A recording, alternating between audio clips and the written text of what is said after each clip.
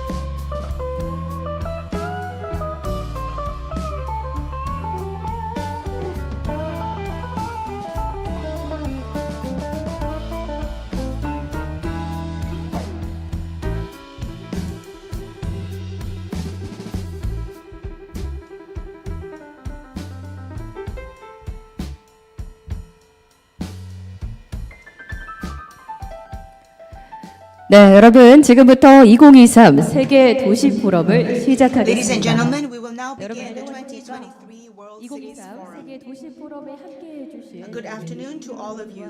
참석자 여러분, 또 멀리 I'd like to welcome you to the 2023 World Cities Forum. Everyone here at Kintex, as well as those joining us online through YouTube. 사회자로 여러분과 함께. Let me introduce myself first.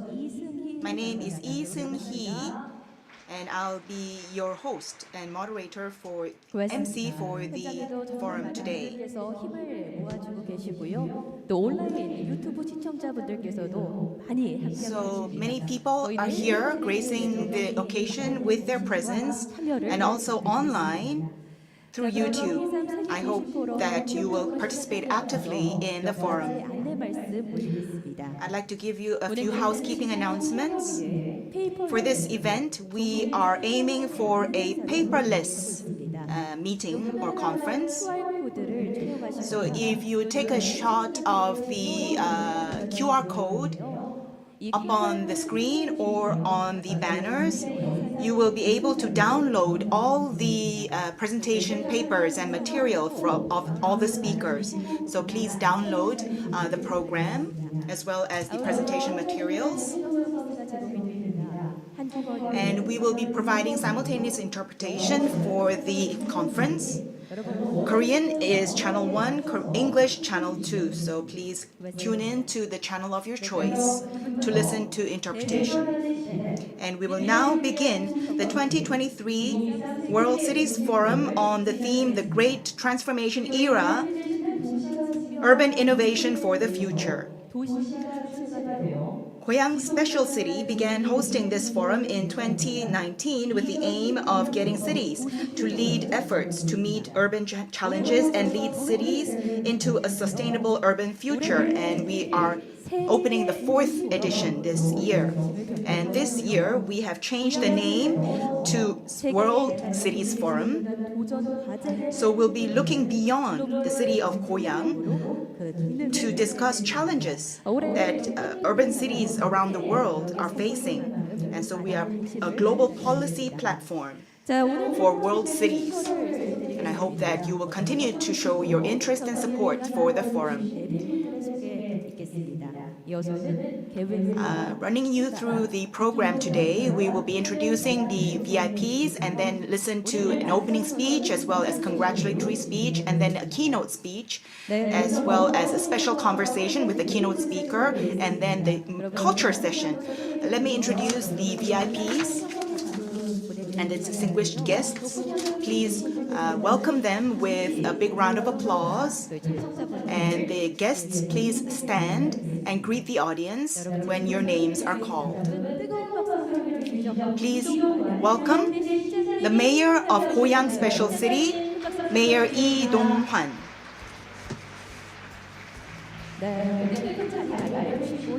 Thank you, Mayor, for coming and also for hosting this very special event. And let me introduce the Acting Ambassador of Kenya,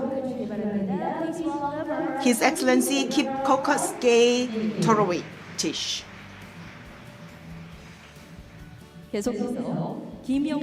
Moving on, let me introduce the chair of the Goyang City Council, the speaker of the Goyang City Council, Mr. Kim Young-sik. We also have from the Ministry of Land and Infrastructure and Transport, Mr. Lee Sang-ju. And we have Mr. Ho Hee-hyung, who's the president of Korea Aerospace University. Thank you. And we also have Mr. Lee Jung-yeol, president of Chungbu University. We also have with us the Vice President of Dongguk University, Mr. Song Sang-hyun.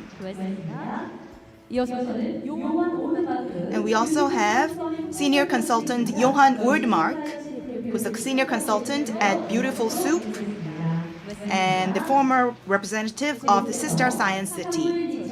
And we also have Professor Samuel Richards, Professor of the Penn State University. 이어서 스펜서장 We also have Mr. Spencer Nam, who is the managing partner of KSV Global. Please welcome him with a big hand. Thank you. And we also have Mr. Ulf Nerbas, CEO of Luxembourg Institute of Health. 계속해서 크리스토퍼 페티트 And we have Christopher Petit, Director of Cities Futures Research Center and University of New South Wales. And we also have Bruno Avila, an expert in digital twin and an IT director in the city of Amsterdam. Thank you very much. We also have with us panelists who will be speaking and attending discussions at the World Cities Forum 2023. Please welcome our panelists with a big round of applause.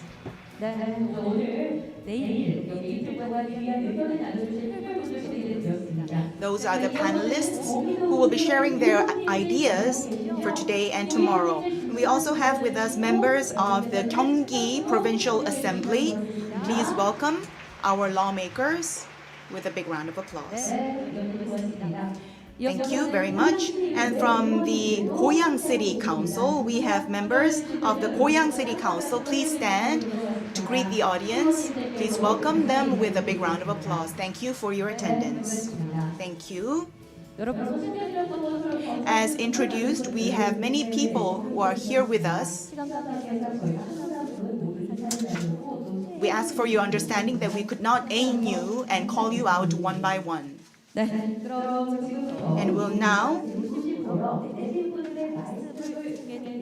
listen to some speeches from the distinguished guests.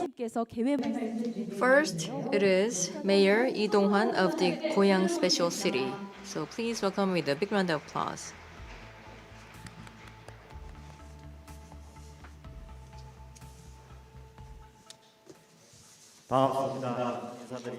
Great to meet you all.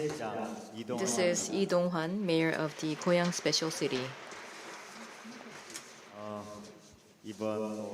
Now, first of all, at this 2023 World Cities Forum 2023, I would like to thank you all very much for being here today, all the experts from home and abroad, members of the panel, as well as the citizens. Thank you very much.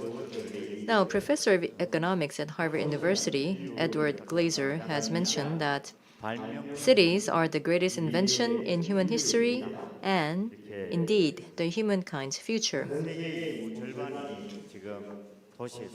And the fact that half of the world's population live in cities, and in the case of Korea, 70% of the population live in large cities. And we can tell that the life in the cities and also the structure of the cities mean that they are bound to keep growing. By this, I mean that the cities are linked organically and built systematically, and inside this system of the cities, we have been able to develop and live a rich life where culture, science, and economy have blossomed. But cities have not always been about beauty. Cities are also beset with crimes, diseases. Sometimes they are even driven to decline.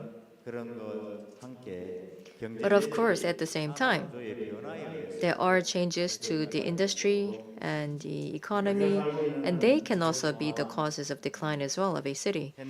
And also in the cities that we live in, they have also suffered the pandemic as well as the climate change leading to natural disasters and also shortage of houses, traffic congestion, and population decline. So again, we are faced with all these different issues and which are also threatening our very lives. Now, in order to overcome these challenges and crises, what we need are not just slogans or rhetorics, but real changes, real practices, and innovative urban policies that would enable such changes and practices. And I do believe that that is the reason why we are all gathered here today. Now, the World Cities Forum 2023, under the theme of the Great Transformation Era, Urban Innovation for the Future, we will be discussing issues of the economy, space, culture, and transportation, where we seek digital transformation, smart city, and the UAM, as well as other future mobility, as well as the urban policies that we need for urban innovation. So these are all the topics and issues that we will be discussing today at this World Cities Forum, together with world scholars, experts in the field, as well as the citizens who are the owners and the leaders of our cities, so that we will be able to turn the cities that we live in into beautiful cities where people and nature coexist. I look forward to the insights and valuable views from each and every one of you who are here today, and I do believe that they are going to serve as a firm foundation for a brighter future for our cities. I look forward to your insights and wisdom for the next 2 days. And whenever we welcome another installment of the World Cities Forum, I do hope that we will find ourselves, we will find our cities more beautiful, more competitive, and richer. Thank you very much to all the guests. Thank you and welcome. Thank you. 네, 고맙습니다. Yes, thank you very much. 도시에 이어서 이 자리에 의미를 짚어주신 The mayor has stressed the significance of this forum as well as the importance of urban development. Thank you very much, Mayor. 시장님께서 개최사를 열어주셨고요. 시장님께서 The mayor has opened the forum with his opening speech. And as the mayor expressed, we hope that this World Cities Forum will become a platform for the global challenges faced by cities today. And I hope that you will continue to show your support and interest in this forum and the discussions. We will now follow with a congratulatory remark from the Vice Minister of the Land, Infrastructure and Transport, and this congratulatory remarks will be read out by the Director of Urban Policies of MOLIT. Good morning, everyone. Good afternoon, everyone. My name is Lee Sang-ju, Urban Policy Director of MOLIT. I am here today to extend my congratulations on behalf of Vice Minister Kim Ho-jin of MOLIT. First of all, congratulations to Goyang City on the opening of the World Cities Forum 2023. I would like to express my sincere gratitude to Mayor Lee Dong-hwan for organizing this meaningful event. The growth of cities has driven the development of humankind, bringing people and capital together. And I'd like to thank all of you, experts from home and abroad, for coming together to hold this discussion. The growth of cities has driven the development of humankind, bringing people and capital together to innovate, which in turn has led to human prosperity. Korea is also going through a period of high growth, with 9 out of 10 people living in cities, and innovation in urban spaces has become the driving force for economic growth. Recently, however, we are facing new challenges. We're witnessing an acceleration of changes to demographics, such as declining birth rate and aging population, and the spread of digital transformation fueled by big data and AI. And in recent years, various urban disasters such as heat waves and wind and water disasters due to climate change have also become more frequent. These challenges are difficult to address with conventional methods. A new perspective is needed while carefully considering the changing conditions surrounding cities.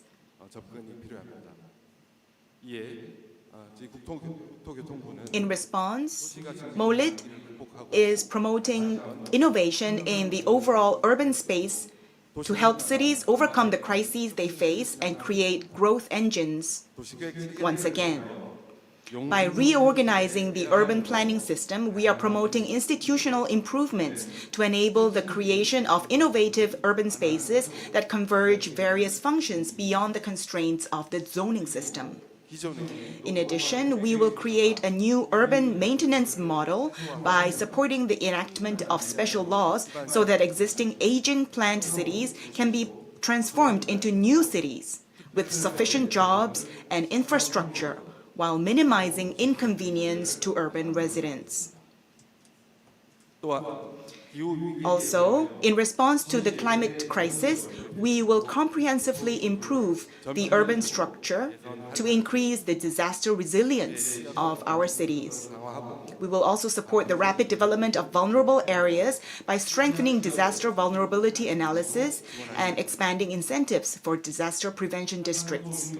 We will also actively support the creation of sustainable, eco-friendly cities, such as carbon-neutral cities and hydrogen cities. In addition, we will expand smart cities across the country so that innovation in urban spaces can be linked to new industries such as future mobility and digital twin to make life safer and more convenient for Koreans. The future cities we need to create can be completed not only through the government effort and will, but also through the experience and wisdom of various experts. So, the World Cities Forum, with its discussions on urban innovation for the future, is a great opportunity to share various ideas for creating better cities. Once again, congratulations on the opening of the forum. Thank you. Yes, thank you. Please thank the director with a big round of applause. As was expressed, in order to address the various challenges faced by cities, we need to pool our efforts and wisdom together in forums such as this. And you have talked about the process that we can go through and the policies that we can engage in. And we'll now move on to some congratulatory remarks by Acting Ambassador of Kenya, His Excellency Kipkosgei Toroitich. Please welcome the ambassador. Good morning. Good afternoon, all of you.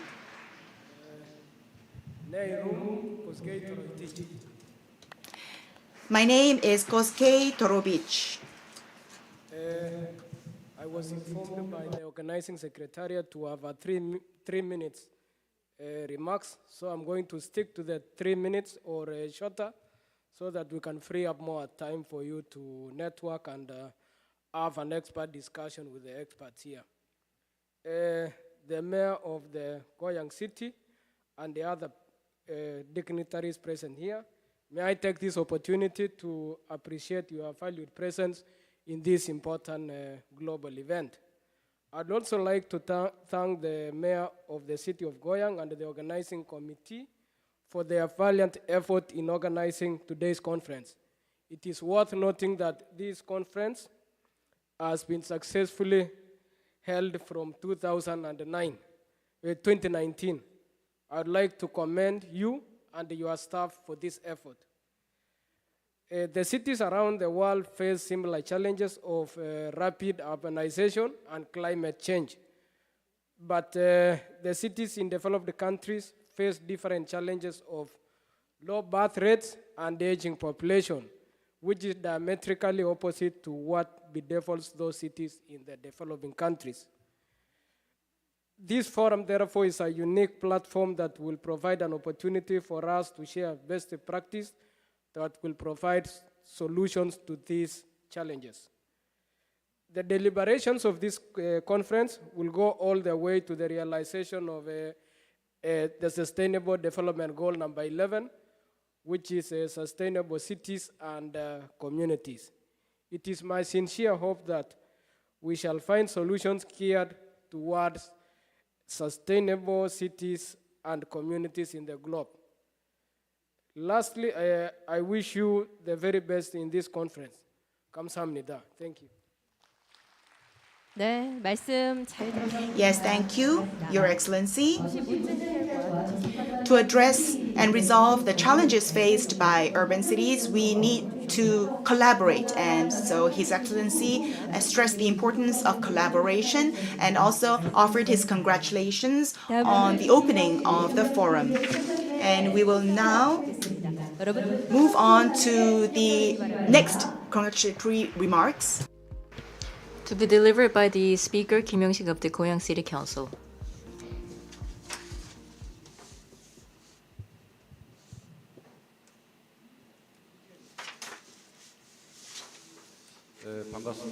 Good afternoon, ladies and gentlemen. 오늘 이 킨타스의 이런 좋은 공간에서 Congratulations on the opening of the World Cities Forum 2023 at this wonderful facilities, Kintex. 의장 This is Speaker Kim Young-sik of the Goyang City Council. Nice to meet you. gentlemen, I'm Kim Young-sik, the chairman of the Goyang Special City Council. Welcome to the World City Forum. 사랑과 자연이 공존하는 Now, it is a great pleasure for me to be here at this World Cities Forum 2023, where we will be discussing issues related to sustainable city development, where people and nature can coexist. 포럼을 Let me take this opportunity to thank Mayor Lee Dong-hwan of the Goyang Special City for making the utmost preparation for this forum. Let me also thank all the visitors, Mr. Johan Ödmark, Professor Sam Richards, 밑이 Professor Piyushimita Takuria, 대선남 Mr. Spencer Nam, 크리스토퍼 포 and Director Christopher Petit, as well as all the distinguished guests, all the guests from home and abroad. Thank you and welcome to you all. Now, ladies and gentlemen, the world, 큰 위기 이후에 ever since the great crisis of the pandemic, has still been mired in other types of crises and disputes, for example, climate change as well as inter-country disputes. In other words, the world has been still struggling under many different crises that threaten our lives. But also at the same time, we are trying to find the solutions and trying to overcome these crises. The theme of this forum, the Great Transformation Era, Urban Innovation for the Future. 교통 Now, under this theme, 주제로 we will be 펼쳐지는 이번 포럼을 discussing 각 분야의 topics related to space, culture, economics, and transport amongst the experts and the utmost luminaries in this field, so that we will be able to take a deeper look into these urban issues and come up with viable solutions for some of these issues. And I do believe that this can become a global policy platform where we can continue with these pertinent discussions. I do hope that this forum will be able to provide a meaningful discussion 이번 포럼은 regarding sustainable development so that we can all open up a better future. 까지 4회 걸쳐 Now, since 2019, and this forum has been held for the fourth time today, and 도시의 변화, 환경과 I can see that the Goyang Special City 도시를 만들기 위해서 has been 하고 있습니다. trying to host this forum so that it can 모든 분들이 help open up 이 포럼을 a city that is better, brighter, 진심으로 and more sustainable for us all. And I do hope that this forum can help us move in that direction. 고양시의 새로운 I hope that 기대하겠습니다. we can all muster our thoughts and wisdom so that we can find the ideas and solutions for Goyang and indeed all the other cities to move into a better future. Thank you very much. So that was the speaker. Thank you very much for your heartfelt welcome to the visitors, and also thank you very much for your words of congratulations. So now, ladies and gentlemen, we have heard from the mayor as well as other distinguished guests. And now we will be moving on to the keynote speech as well as the special conversation. As was mentioned earlier, this year the theme is the Great Transformation Era, Urban Innovation for the Future. And now this keynote speech and the special conversation to follow is a bit of a special program. Now we are going to hear from the keynote speaker, Mr. Johan Ödmark, who will be introduced by the mayor himself. So now let me ask the two gentlemen to please come up on stage.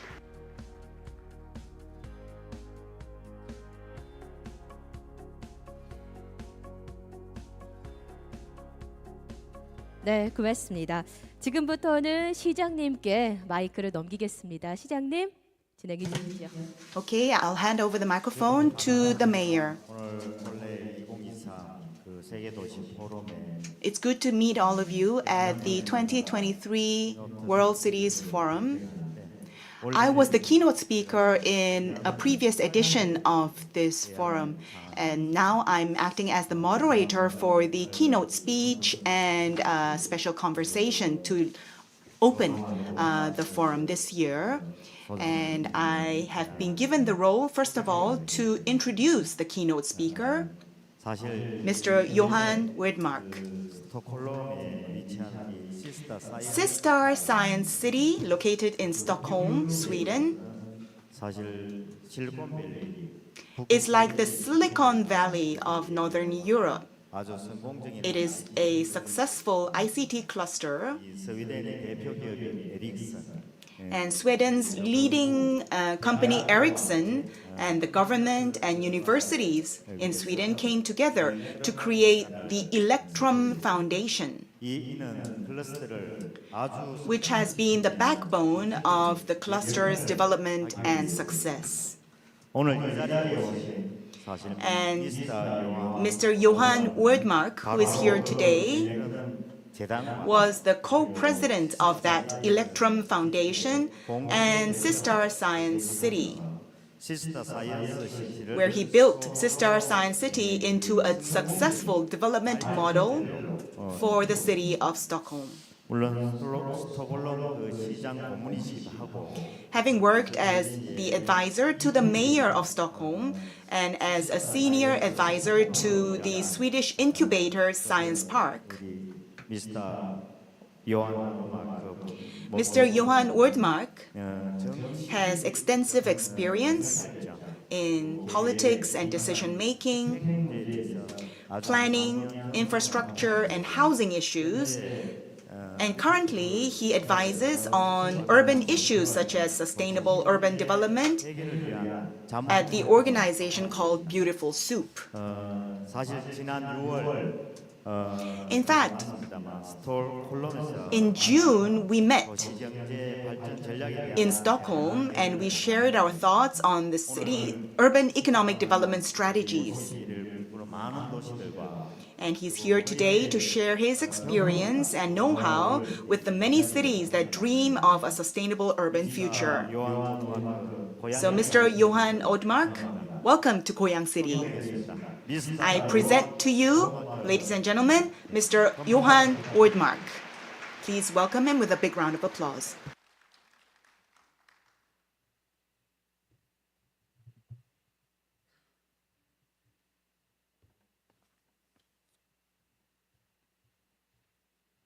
Hi. You look so good. I feel like a pop star. So many cameras, so many people. I feel so welcome. Thank you, Mr. Mayor. Very good start, I must say.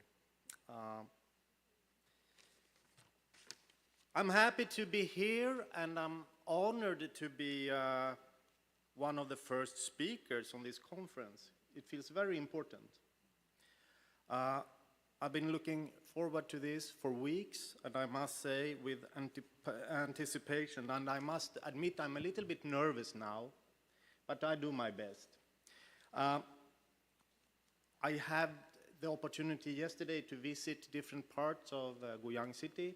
Very, very interesting. So thank you for a very good arrangement so far. One thing I know for sure already is that it is the meetings with other humans, with other talents, other bright minds, that is really, really important.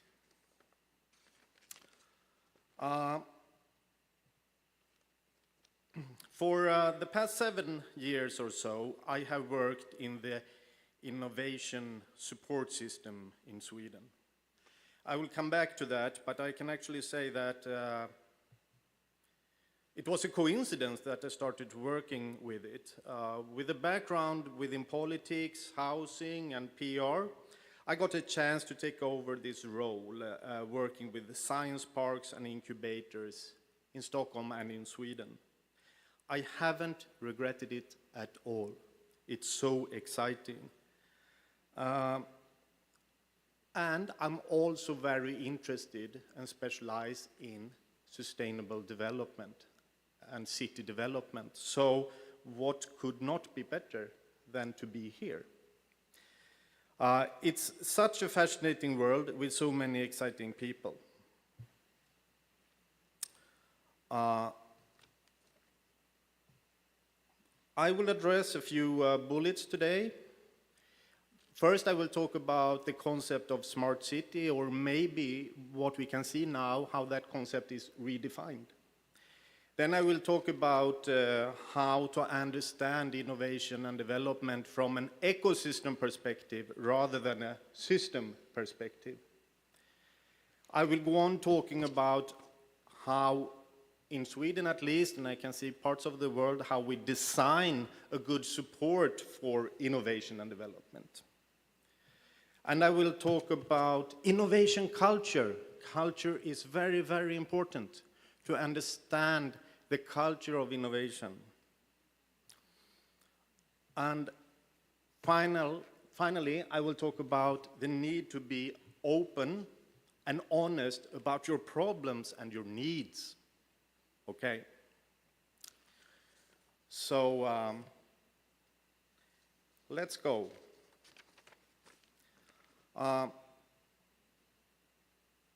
The word smart, the smart city, is now well established around the world. Most cities have more or less ambitious strategies for this.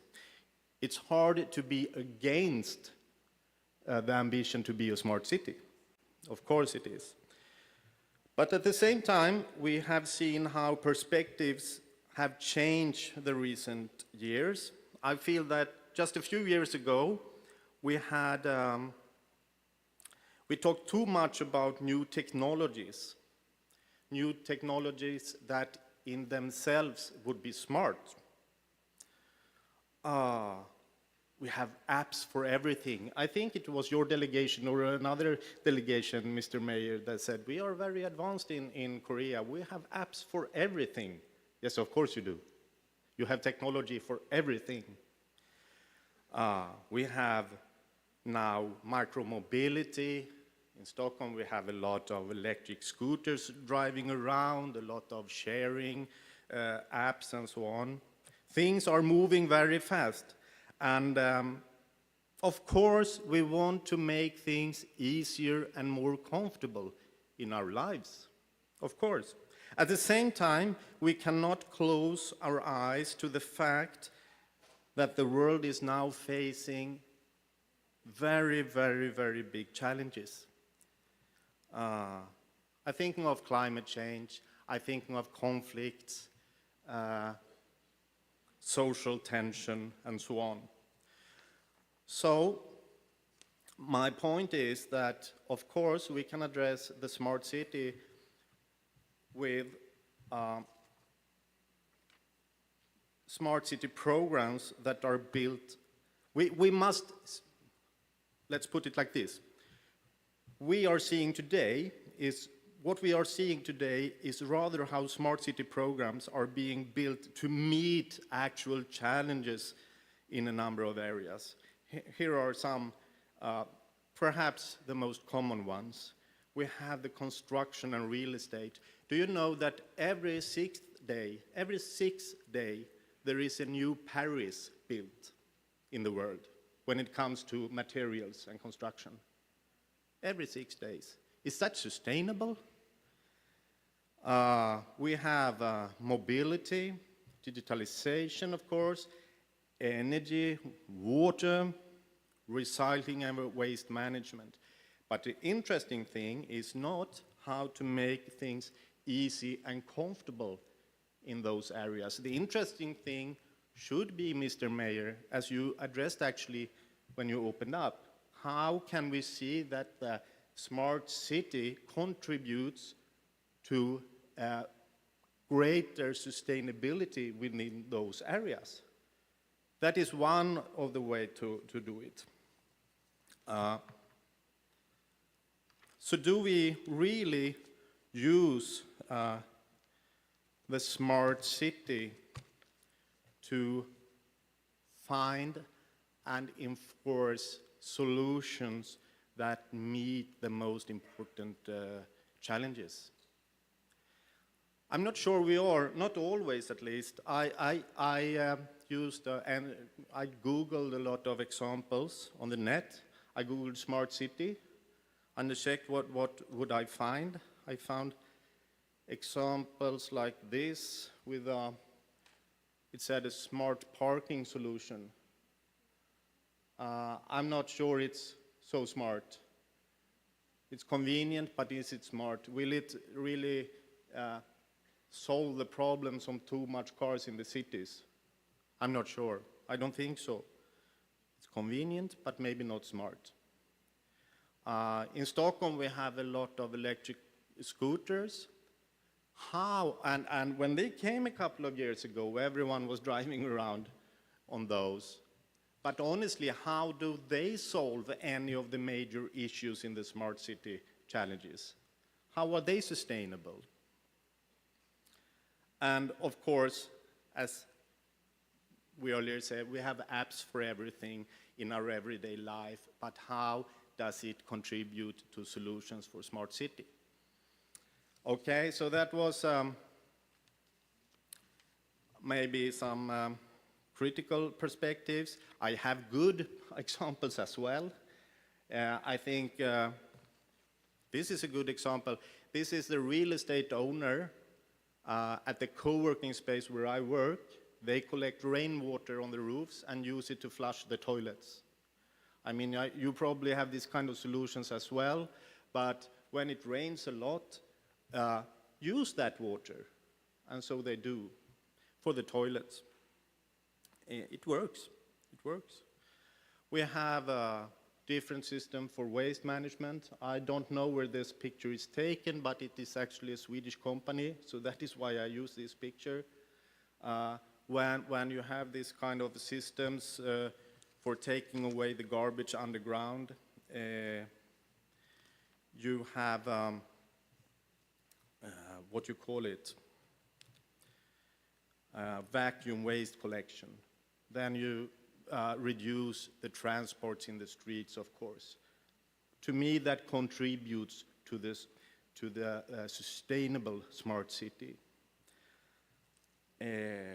We have actually your metro is to be considered, I think, a very important smart things, because if not all those people went into the metro and used their car instead, it would be chaos, right? So we have a lot of smart things around us that really contributes to the sustainable smart city. But what about a nice and livable city? Here are some, I think, very inspiring examples that you maybe don't think about in every time you talk about smart city. To the left here is a playground. It is a medium-sized city in Sweden where they had converted a former industrial area and a shipyard to a residential and office area. And an old dock was difficult to do anything with it, so they turned it into an incredibly nice playground for kids. In that way, they could sort of claim that part of the city for humans. And it worked. Very inspiring. Kindergartens and families with children go there all day. That is smart, I think. Another smart example is from, I think it is from the Netherlands, where they use these kind of bikes. So the kindergartens and the preschool, they go out biking together. That's healthy and it's very nice. And they actually made sure that the street environment encouraged this. So smart city is not only about technology. That's my point of view. So for the future, and I can see a trend all around the world that instead of just talking about the smart city and focus on technology, maybe we should talk about the smart, sustainable, and livable city. People will stay where it's nice to live in the future. It's a question of, for example, the talent attraction that the industries need. Okay, you need to attract talents. Where are they supposed to live? What kind of lives are they supposed to live?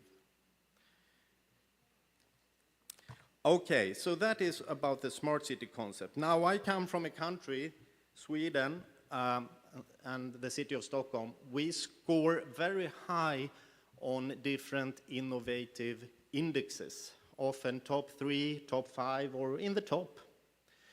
And a lot of delegations and visits, they come to Sweden to ask how do you do it, like your delegation, Mr. Mayor, earlier this year.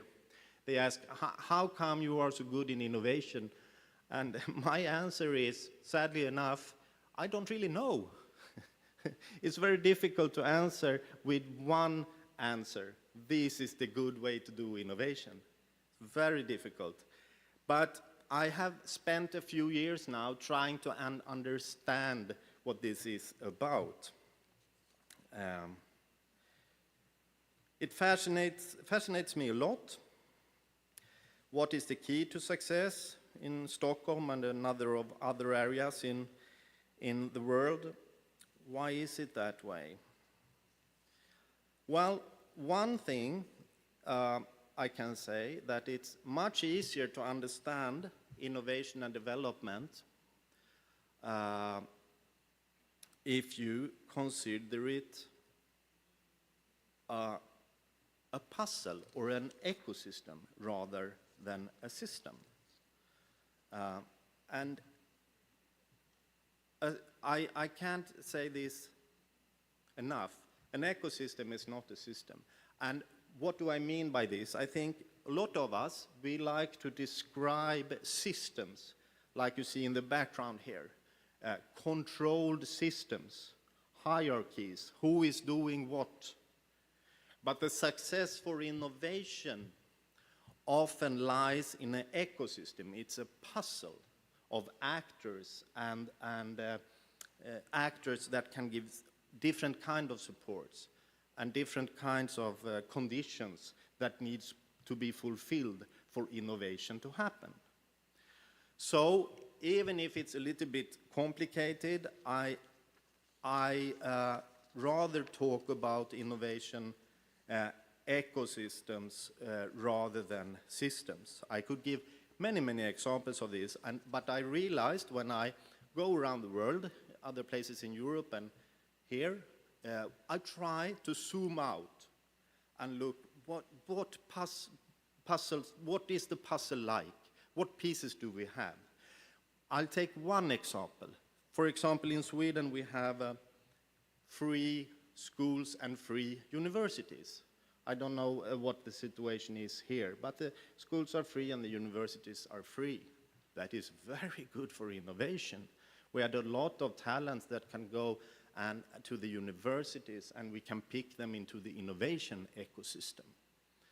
Another good thing is a free childcare.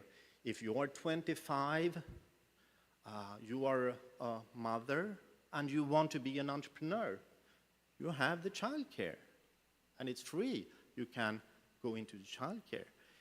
If you go bankrupt, you fail.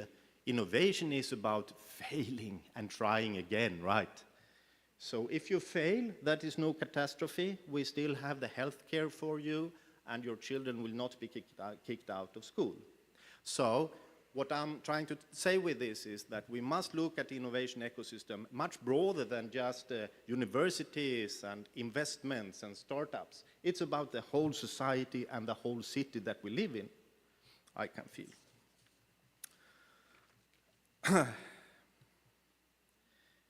Yes, the ecosystem is not a system. I said that, and I said that. What is the challenge now? I can see the challenge is, in Sweden at least, who can offer the universities, the companies, and the public sector the best tools for collaboration and utilization. That is the challenge we have. You see, successful innovation 이것이 저희가 지금 다루고 있는 도전 과제인데요. 스웨덴뿐만 아니라 유럽 대부분의 전역에서는 stick to the triple helix concept. That is industry, universities, and public sector working together. And what I can see in Sweden, that the best examples are actually when you have neutral stakeholders in the middle of those three entities that are driving innovation ecosystem or facilitating the innovation ecosystem. Okay. But how to do then? How to design a support system for innovation? How to facilitate the innovation ecosystem? If I know the detailed answer on that, I would win the Nobel Prize. But one way of describing it, like in Sweden, we have mainly these kind of entities. We have the business incubators, we have cluster organizations, we have science parks, a few others. They are often neutral stakeholders. They are not owned by the university, for example. They're not owned by the industry, but they are collaborating with those entities. But in itself, they are a neutral stakeholder. Because when I was CEO of Kista Science City, and some interesting startup came to me, I could say, interesting, you should meet that one. And I could match them together, and something happened. Okay, what can we find among science parks, cluster, organization, and incubators? I can see 5 major cornerstones, foundations, at least in the Scandinavian countries and several other European countries. First is the idea of being able to transform ideas from research into startups and utilization. That is basically business incubation that we do in business incubators. Another role is business development support, aiming to reach out to existing companies, SMEs, small and medium enterprises. More focus there on scale-ups maybe than in the first cornerstone. Then we have innovation facilitation. Sometimes companies come to the incubator and science park and say, we have this fantastic idea or IP. We want to develop it. We need a cooperation here with the research institute or with the university. Okay, let's see if I can make that happen. And we help them with that contacts. So in the incubators and science parks in Sweden, we do not do the innovation ourselves. That's very important. We are mingling and we try to match people together. Okay, then we have the fourth cornerstone, that is ecosystem cooperation. I talked a lot about that. That is very important because big organizations, they tend to be hard to cooperate with. Who are you going to call if you are a small startup or a talent with ideas and want to connect with Samsung? Who are you going to call? So how this kind of cooperation in the ecosystem is a cornerstone here. Also, more and more important is the communities. Community building is becoming a big challenge to make people feeling a part of a community, doing events, matchmaking, breakfast seminars and stuff. And that is very important if you are supposed to attract talents from other parts of the world. Make them feel home with community building. Infrastructure used to be that we offered a co-working space or office space for our startups and scale-ups. It is still today, but it's not as important. The new way of working remote and digitally, the need for that is less important. So when I try to analyze an ecosystem for innovation, I try to find how do you build these things in your country, in your ecosystem? How do you do it? Because it will be different in Sweden than in Korea.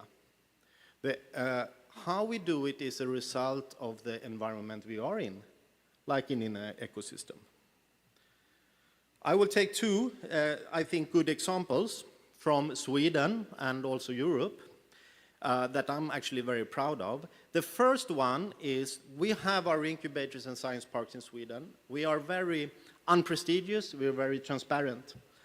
One thing we do is that we benchmark and develop innovation support together. We call it peer review, but rather peer learning. What we do is that we take people from different science parks. They will self-assess, they will measure the quality of what they are doing in different areas. Then we put them together, we travel to each other's science park, examine what they do, and we have suggestions for them how to do it. I was earlier this year facilitating this kind of peer learning with different science parks around the Baltic Sea, Poland, Estonia, and Sweden. Very, very interesting. And it's, as we facilitate it, it's quite organized, I promise you, it's quite organized. We have very clear definitions how to measure the quality in different ways. And we have measured that we have improved capabilities in many ways in the incubators and in the science parks by doing this. It's very, very popular. Another example is Ignite Sweden. What is Ignite Sweden? Ignite Sweden is a program to match the startups with big corporates, to make startups having their first deal together with a corporate. We used to have matchmaking events, or just events rather, where the startups could come and the corporates were there. But we realized that was not so effective. So what we do in Ignite Sweden is that we first we go to the corporates and actually to the cities as well, and ask, what kind of needs do you have? We have the need for this kind of AI technology, we have the need for security and safety in the streets. Okay, now we know your needs. Then we go out to the startup community and ask who can work with those needs. Then we put organized meetings together. And that has actually been a success. It led to a lot of business with the startups. The last thing I would like to address is culture. I can see from a Swedish standpoint that when it works in Sweden is when we not have so much prestige. We are quite informal in Sweden. We like to be informal, and we do not have so much prestige. And that could be very good for innovation. I tell you why. We also are quite good in non-hierarchical collaborations. It's nothing strange for me, with no really academic background, to have a meeting with the president of a university if we have a common challenge. We can do that. We need an agile leadership. I had a friend that was CEO of a company, and she said, if my staff stay at the office at night and drink beer and have a party, I know they will be tired the next day, but they will have new good ideas. A brave, agile leadership. And the most important thing is trust. We need to trust each other. Innovation, we need a lot of people or bright minds, and we need to trust each other. Sharing is caring is a good example. Let's share ideas, share good contacts. That is to care about each other. I used to say that culture eats technology for breakfast. Sometimes we focus too much on technology and forget about the culture. And the last thing I would like to address is, okay, to conclude, the basics for me is a good, accessible higher education, a functioning market economy, of course, and actually a welfare system.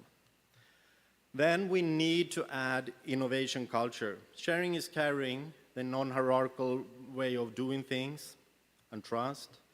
And of course, we need the support, that is market complementary support for startups and scale-ups is the most important things in different phases. And actually, innovation needs those open borders, trust, and collaborations more than ever. It's very obvious in Europe now with the war in Ukraine and the war between Israel and Palestine, that now it's rather like we're building walls and closing borders rather than opening up. So that is why I'm so happy to come in here to share experience. We need to more work across borders. That is very, very obvious. At least for Sweden, we're a small economy, far away. We need collaboration. And the last thing I would like to say is, the next to last, don't just express your visions and goals and processes. Be open and honest with your problems and needs.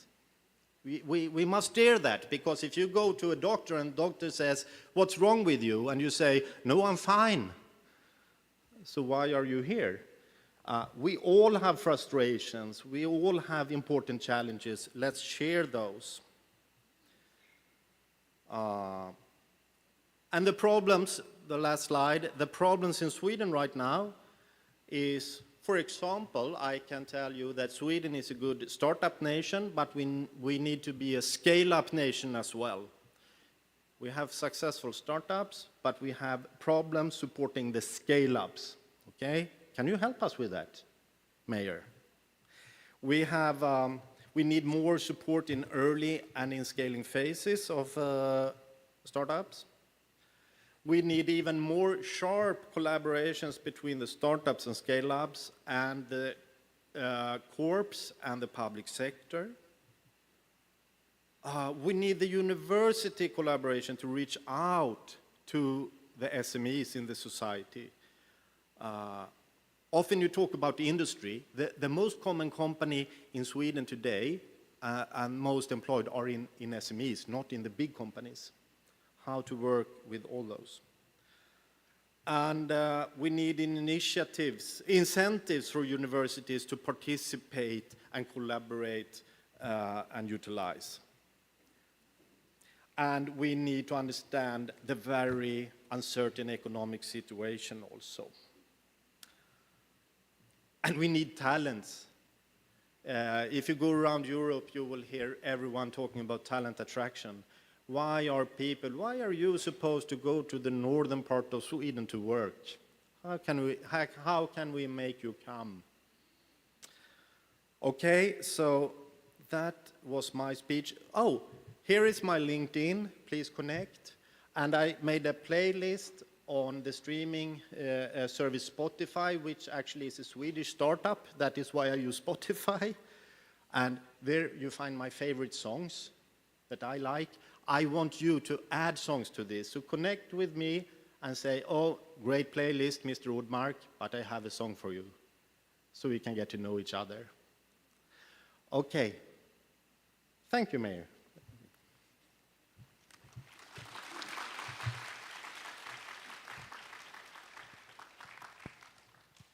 예, 너무 좋은 말씀 들었습니다.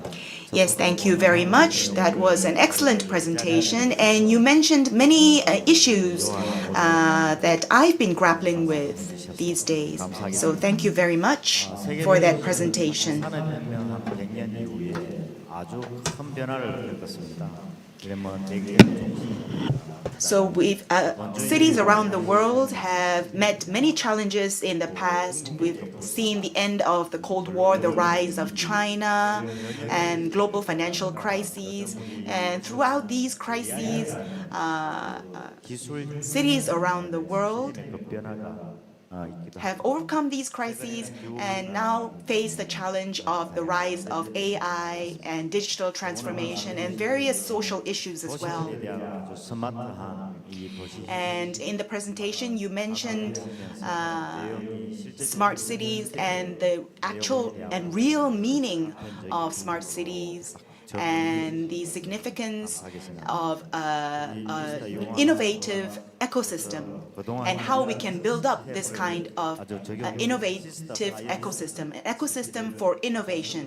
And the prime example of this is the one that you have led, the Sistar Science City. 도시를 만들고 싶은 A more sustainable future is what we are aspiring towards in Goyang as well.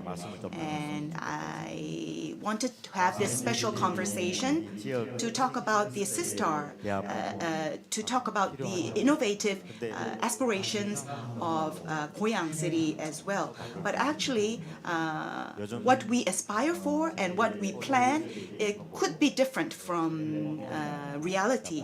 We are living in a hyper-connected an era of convergence that we are seeing in the fourth industrial revolution.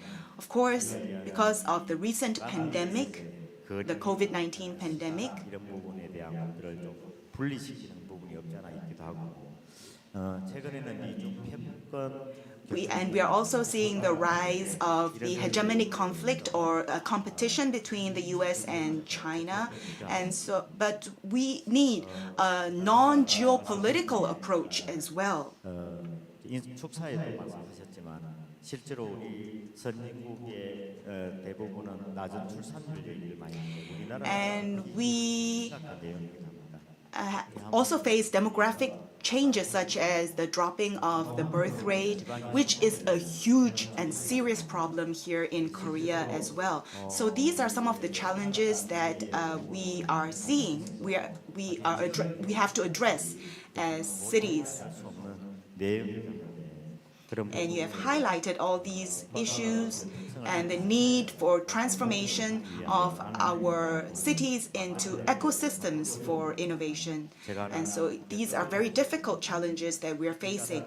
And one question that I do have for you 지원, 이런 자본과 정책, 이런 문화까지도 혁신 클러스터가 성공하기 위해서는 is about the many factors that go into the success of an innovation cluster, such as the location, research infrastructure, talented workforce, entrepreneurial support, capital, policy, management, culture, and so on. So, what do you think are the most important factors in the early stages of an innovation cluster, especially when in the context of Goyang, as far as you know? That is I heard this question yesterday, and I must admit it's a very difficult question, but a very, very important question. I think you should find your way of doing things. I think you should work where you are with the conditions that you have, not try to copy and paste from another system because you have other conditions. In the same time, I think a lot of actors, a lot of cities do the mistake to sort of inventing the wheel on their own. I'm sure there are great inventors in Seoul. There are great business developers. There are great incubators and great startup support. Can you team up with those and let them be active? That might be a good start. It's very easy to open a new institute, and you, the mayor, will be there and welcome it. But instead of open new organizations, can you use existing structures and organizations and reinforce them, encourage them instead?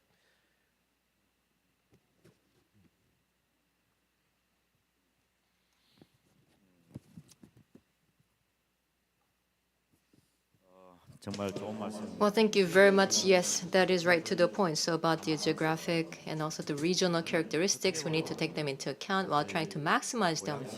Yes, for the city of Goyang, then yes, we do have some hallmark features, I would say. For example, we have our own infrastructure. So when we look at our infrastructure, then cultural infrastructure, personally speaking, I believe that they are really outstanding. Then also the K culture. So that is the kind of infrastructure that can maximize the benefits and effects of K culture. Based on this, media, broadcasting, video, and the contents can also be grown further. Then also one more thing is this very facility. I mean, at this grand ballroom where we are sitting, this is called Kintex. So this is a large exhibition center. And of course, I understand that the city of Goyang, in terms of mice industry, so for the mice industry, then Goyang is really one of the leaders in Korea in the mice industry.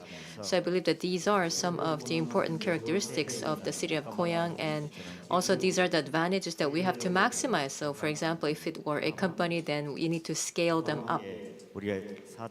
And in addition to that, what is befitting the fourth industrial revolution. So we also need to develop in line with the fourth industrial revolution. We also need to take advantage of our location to perhaps promote startups and then also to attract companies from both inside and outside of Korea. Now then let me move on to another question. Now, of course, we are trying to attract companies, businesses, and one thing that we need in order to attract businesses is, I mean, of course, we make a lot of attempts. We try to provide them with cheap land and also provide them with incentives, for example, tax breaks and also human resources. So we try to, and we discuss various options of incentives to attract companies. Now, then when you are trying to create the Kista Science Park, then in the beginning, of course, you talked about collaboration, so I'm sure that the universities, industries, and the government probably have played a very important role in getting the industrial park started. Now, in other words, in trying to attract the businesses, then what are the most important things in your mind? I think historically, when Kista Science City was established, it was about the city of Stockholm had a piece of land they wanted to develop. So they said to the telecom industry companies that, okay, you can develop here on very good terms. But they did not have tax incentives. They did not have subsidiaries. And honestly, I don't think that is that works very well. If I look around the world, I cannot see that for example, subsidiaries or tax reductions really are very effective, because it creates kind of an artificial market. You go there to gain some money, but not really because you want it. You must establish a cluster where you want to go. That's one way of saying it. Another way of saying it is, what can you do with what you already have here? You have Hyundai. I visited, how do you pronounce it? Hyundai. I visited yesterday. Very impressive showroom, and your technology skills are extreme. I tell you about a Swedish company on the west coast of Sweden called AstraZeneca. Well, it's Swedish, part Swedish. AstraZeneca has they have an innovation hub within its company, where they actually accept all kind of startups. Even competitors to AstraZeneca are welcome into that incubator. And while inside that incubator, you can be inside AstraZeneca. You go to the same canteens, you have the coffee at the same coffee machines as the engineers and developers at AstraZeneca. That kind of open innovation, that kind of very, very brave innovation. Imagine if Hyundai here took 10% of the money it must have costed them to make this fascinating showroom, and make an open innovation arena. And then you go to Sweden, for example, and ask startups and scale-ups working with mobility, would you like to come to our arena and cooperate? I know this is very, very difficult because it will challenge the idea of culture within, for example, the big company. It works in Sweden, and I asked, BioVenture Hub is the name, by the way, of this incubator, and I asked BioVenture Hub, why Sweden? You are situated in the US, you are situated in London, you're situated in several places. Why did you do this in Sweden? We could only do it in Sweden, they say.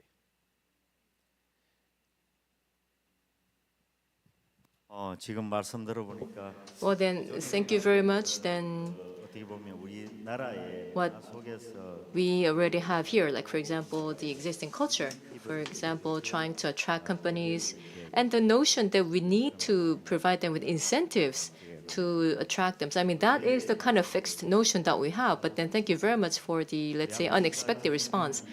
Now, for the city of Goyang, so now for us to navigate the challenges, then, 어떤 자원과 for example, the resources that we have and also the kind of support that we can provide.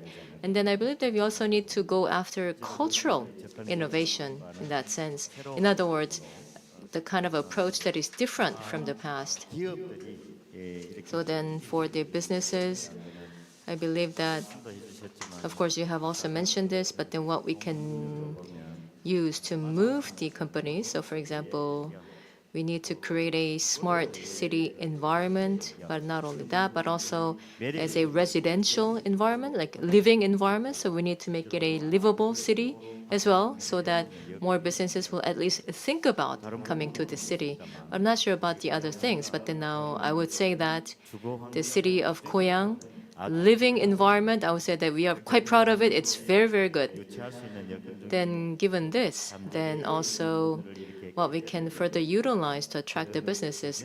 Now perhaps we also need to break through some of the establishments, like for example regulations, and so it's not easy because we also have to overcome the regulations in order to attract businesses. But then now I believe that for the city of Goyang, the free economic zone, now that is going to be one zone, one approach that could help us overcome many different challenges. So perhaps we can also attempt many of the things that were attempted at Kista Science City. So in that context, then perhaps the city of Goyang, something like a Silicon Valley. So if we try to create something for the businesses, I hope that you can help us. I hope you can help us. Are you willing to? Are you willing to do that? I am absolutely willing to do that, but remember one thing, no one, maybe our colleagues from the US can talk more about that, but no one built Silicon Valley. It happened for some reasons. The real cluster phenomena is when companies feel that it's good to move somewhere to be close to a competitor, because even if it is a competitor, it's the same kind of competitor, so I need to be there.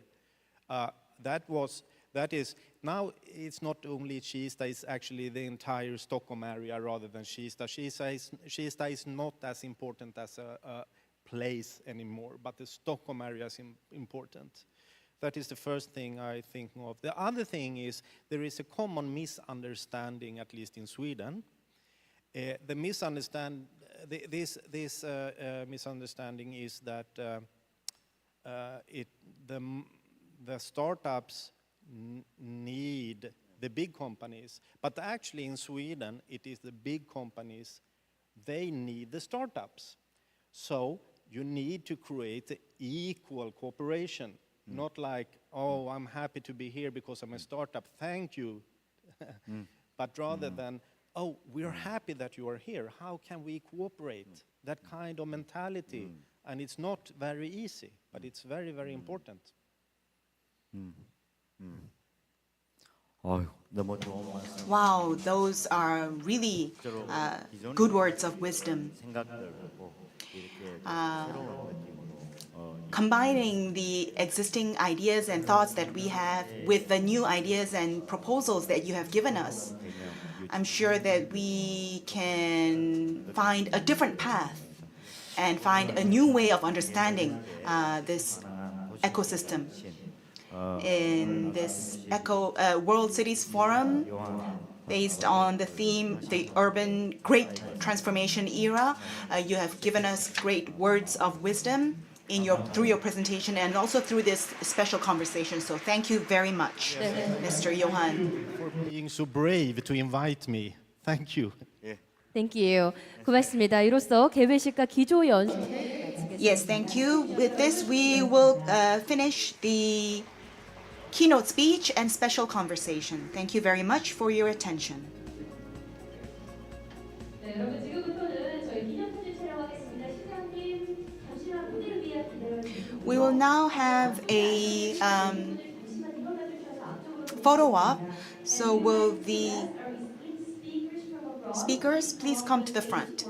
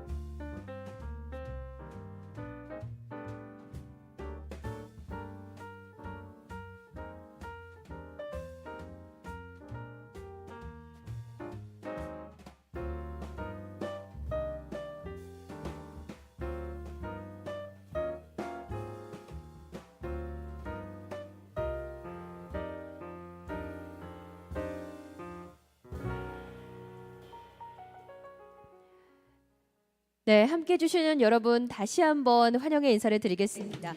Once again, I'd like to extend my welcome to all of you participating in the World Cities Forum. We'll now move into the thematic sessions. We have 4 thematic sessions, and we will conclude with a general discussion. So I hope that based on the 4 themes, we will have in-depth discussions in each of the sessions. But before we begin the sessions, I'd like to show you an opening video introducing the themes of this year's forum.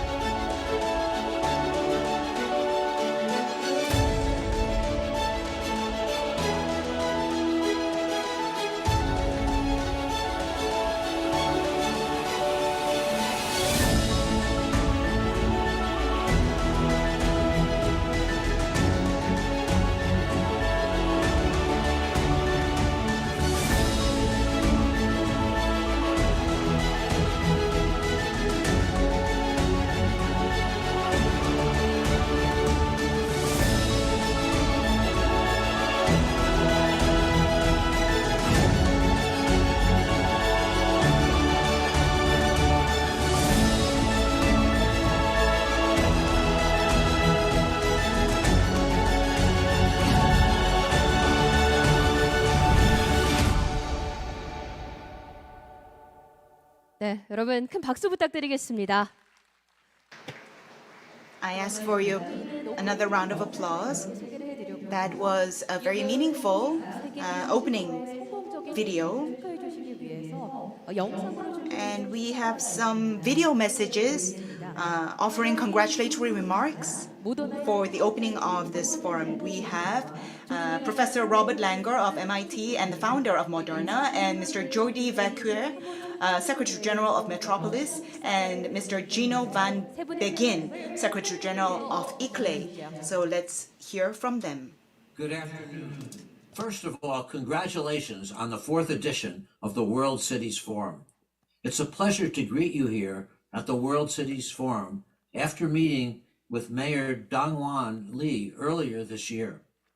Cities around the world, including Goyang, are facing challenges such as climate crisis, declining birth rates, an aging population, as well as a global economic crisis.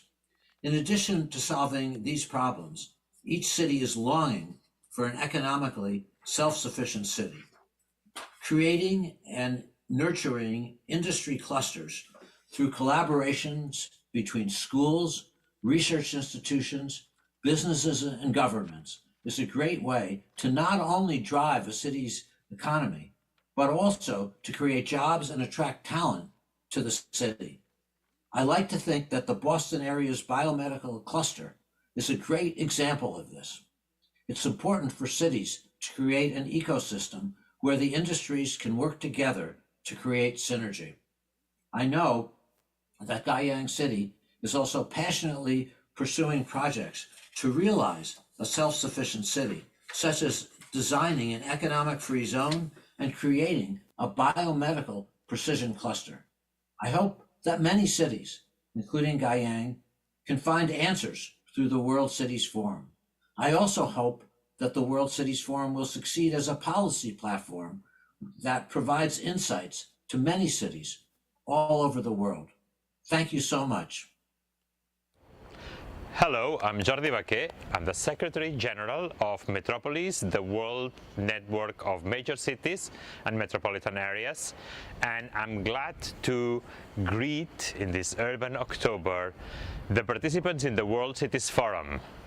I'd like first of all to congratulate the city of Goyang for this important initiative. Goyang is a member of Metropolis, has been for some years now, and I think this is a very timely moment for cities to come together in order to become the main actor in a transformation that's long overdue.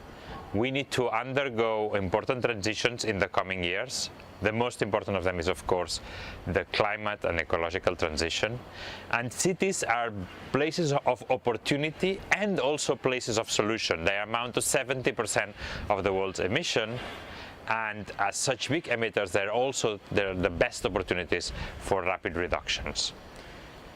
The Sustainable Development Goals Summit in New York gave us a great sense of urgency. We really must act now, and cities are doing it, are acting for climate. They're also acting for peace, more important than ever these days. And collaboration, international collaboration around these issues is key. This is why I believe the World Cities Forum is such an important initiative, and I'd like to wish all success to the participants. Thank you very much and good luck.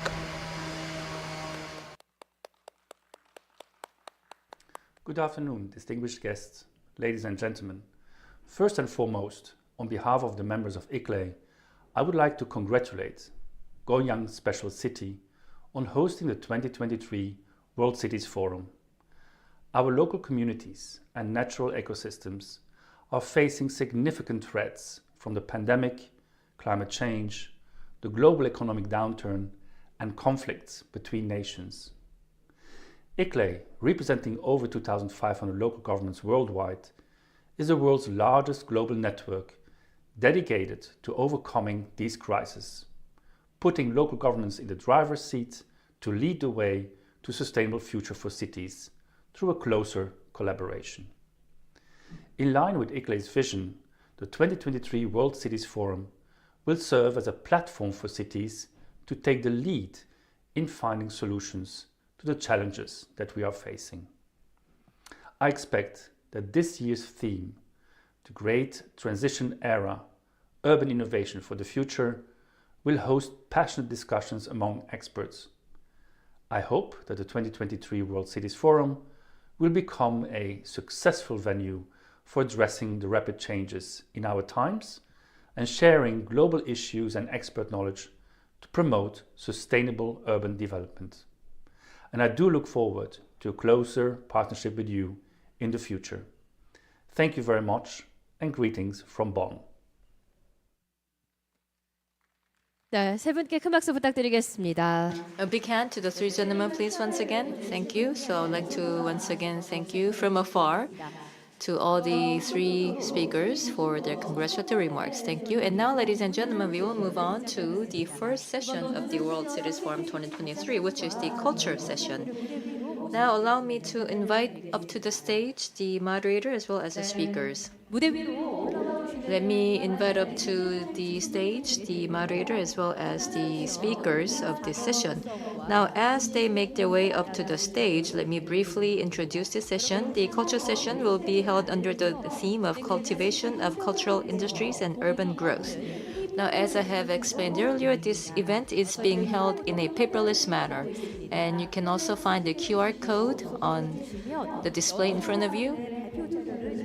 If you would scan the QR code, then you can find all the presentation slides by the speakers, and you can also download them. So I hope that you will scan the QR code, download the slides, and view them as you listen to the presentations. And once again, also information about the simultaneous interpretation. Korean is on channel 1, English is on channel 2. Please make the appropriate choice for your language. Now again, culture session under the theme of cultivation of cultural industries and urban growth. The theme will be on culture, to be moderated by the moderator. So allow me to first introduce the moderator. It is Professor Yang Yun-ho of Dongguk University. Please welcome him with a big round of applause. And now I hand over to the moderator. Yes, thank you. Great to meet you all. Thank you very much for taking the time out of your busy schedule at this very interesting and very important talk. Now, of course, you know, the SpaceX and also the CEO, Elon Musk. Now, what he has set as the goal for the humankind, and that is for the humankind or the people on the Earth to become multiplanetary. So perhaps, I mean, it is subject to controversy, but still, perhaps the future is not too distant. And then also, perhaps it is very near us and often what we call the critical point. So perhaps it is nearing the technological critical point and also the environmental critical point beyond which it will be out of our control. But not only that, and no matter the space, we need to take care of the Earth first, and we need to take care of the cities first, where we live. Recently, in last summer, I was in San Francisco, which made me think quite a lot about a city's birth, growth, and decline, and the future. So the city of San Francisco, with its illustrious history, where is it headed now? So I got to think of those questions in my visit. Anyway, so now at this session, which I believe is going to be the most interesting, the most entertaining at this World Cities Forum, we will be hearing from many different speakers as well as panelists. Now, let me first introduce the speakers. First, Professor of Penn State University, Professor Samuel Richards. Yes, a big hand, please. And then, following him, we have Mr. Michael Jones from the University of Liverpool, and he will be joining us via Zoom. And from the Goyang Industry Promotion Agency, Ms. Lee Yu-jung, who is the Content Industry Team Director.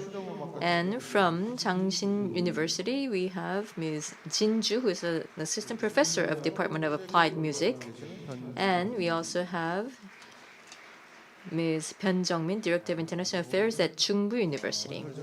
Thank you. So now I look forward to very constructive and also, since this is culture, very exciting dialogue. And now, with that, let me first hand over to Professor Samuel Richards for his topic presentation.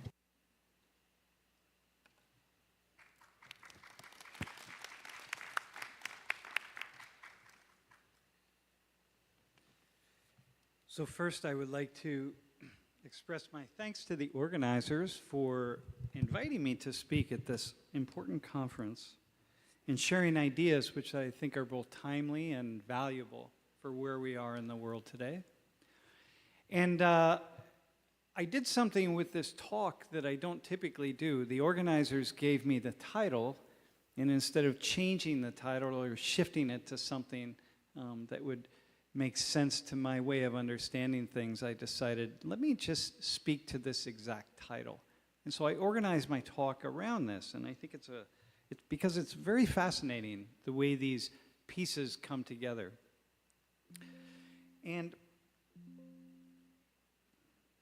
so the first piece is culture as industry. And I want to begin by saying that as our societies have modernized over the years, humans have more and more opportunities to engage with people who are not like them, with whom they don't share a culture. And sharing culture is what human beings have done for the vast majority of our time on this planet. But for us to live in stable social systems, it's important that we have to share cultural core cultural practices. Because that's what gives us stability. So our language, our customs, our values, our morals, our ethics, the way we dance, the food we eat, the way we build our homes, all of these things give stability to human social systems. And a stable society in the modern social world is one that finds effective ways to transmit culture across many different groups of people. And then we even create cultural industries. So as populations grow, these cultural industries grow. And they become more profound in places like Goyang City, a very new, special city, and something that is new and we're seeing grow in places all over the world. And we're seeing that culture is monetized in ways that we've never experienced in human social life. It has great value to economies because we monetize and we package culture and we produce it and we sell it to other people, both in one culture and in other cultures around the world. So following this, Goyang City is a very important example of a stabilizing force in human social life.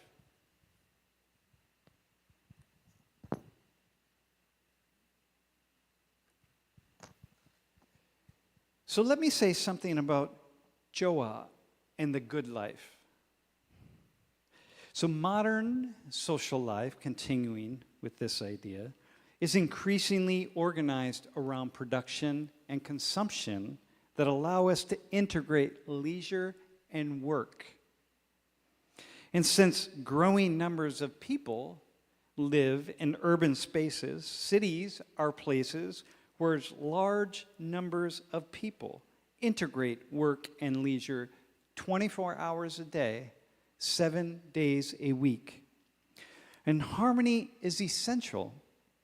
And harmony is built around the degree to which people agree on the qualities of a good life, that we share agreement on what is good, what is valuable, what is the best way to live.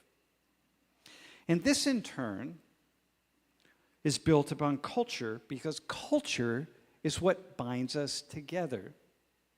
Culture, therefore, is at the core of social harmony. So we're designing cities for people who, unlike ever before, are making choices about how they manage their time. Because they've been released from the demands of physical labor, where schedules were very, very clear. In the past, time is managed by the average worker very differently than it is today, particularly in urban areas. So we haven't learned what to do with this additional time. And we have, for example, our mobile devices that are with us all day long. And at any moment, we can blend work and leisure. And at any moment, we can reproduce our culture or we can escape our culture. But we can engage in ways that were never possible in the past. And this has profound implications for the stability of our social systems. And there are so many ways in which things can go wrong and can go poorly for human beings and lead to alienation, despair, depression, unease about how we are living in our social environments and how we are embracing our cultures. So a culture can quickly fall out of balance, and a social system can quickly become very unstable. So this is what why what is happening here in Goyang City is so important, not just for the people of this special city, and not just for the people, the citizens of Seoul or the citizens of Korea, but for people around the world. Because we are learning how to build culture in ways that allow for stable social systems.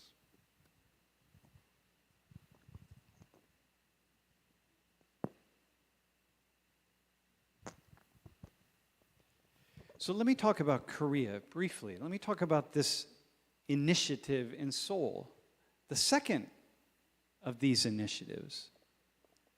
And this is an initiative that many of you, I'm sure, have heard of. It's new. It was announced. I first read about it this summer.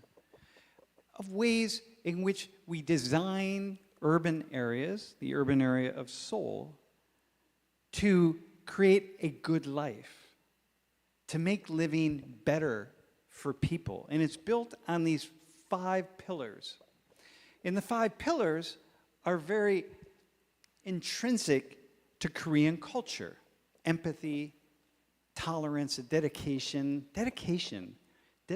to oneself and one's own growth, and dedication to the growth and the well-being of people around us, recovery, and sustainability. And one other piece could be in here, but it's built into the nature of this initiative itself, which is community.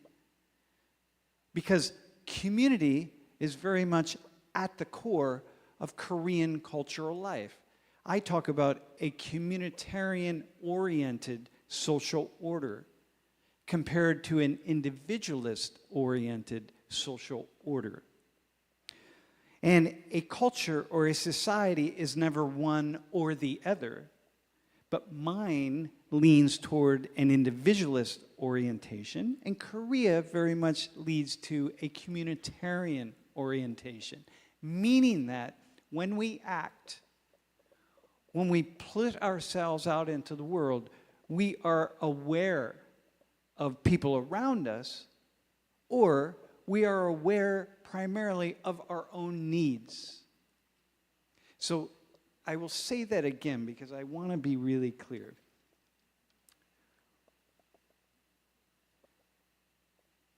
When we put ourselves in the world, when we decide how to think, how to act, how to be in comparison to other people around us, our primary orientation can be toward other people, which is this communitarian moral orientation, or our primary orientation can be fundamentally what is good and right for me, a more individualist orientation.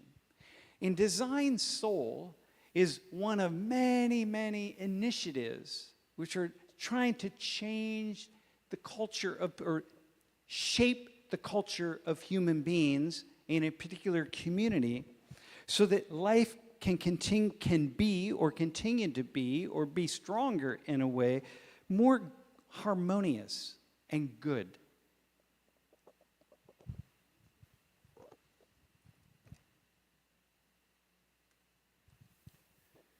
So let me talk about systems for a minute. And I'm a sociologist, so I think about systems in ways that are different than the previous speaker. They're the same in many ways, but different in others. And normally, in social systems, the most innovative ideas come from the outside edges of those social systems. The people, the actors in the center of the social systems are very busy reproducing what is at the core of the social system, because they have access to the tools and the resources of that social system. But people on the outside who don't have the same access to those social systems, they, out of necessity, out of a desire to do something innovative and make their mark, they naturally think about and move toward ideas and functioning of the system that disrupts the core energy of that system. They become disruptors. They become disruptors out of a way to engage and to survive. They are the innovators. So if you want to understand where dynamic change of social systems is coming from, look to the outside edges, because that's where the innovators reside. That's where the change, the dynamic change is happening. But in Korea, over the past 30 years, with the emergence of Hallyu, with the Korean wave, we see something actually very unique and something that I have rarely seen in my study of cultural change and social change around the world, which is that innovation comes from the inside. And I think this has to do with something that's very unique here in Korea. And it goes back, last night I had a conversation with someone, and we were talking about this going back 5,000 years. But it goes back a long time. And Korea being the peninsular nation, there's something unique about Korean culture. In the time at which Korean culture emerged onto the world stage, Korean culture emerged as Korean culture. Korean culture presented itself, the Hallyu, the Korean wave, to the rest of the world as Korean culture.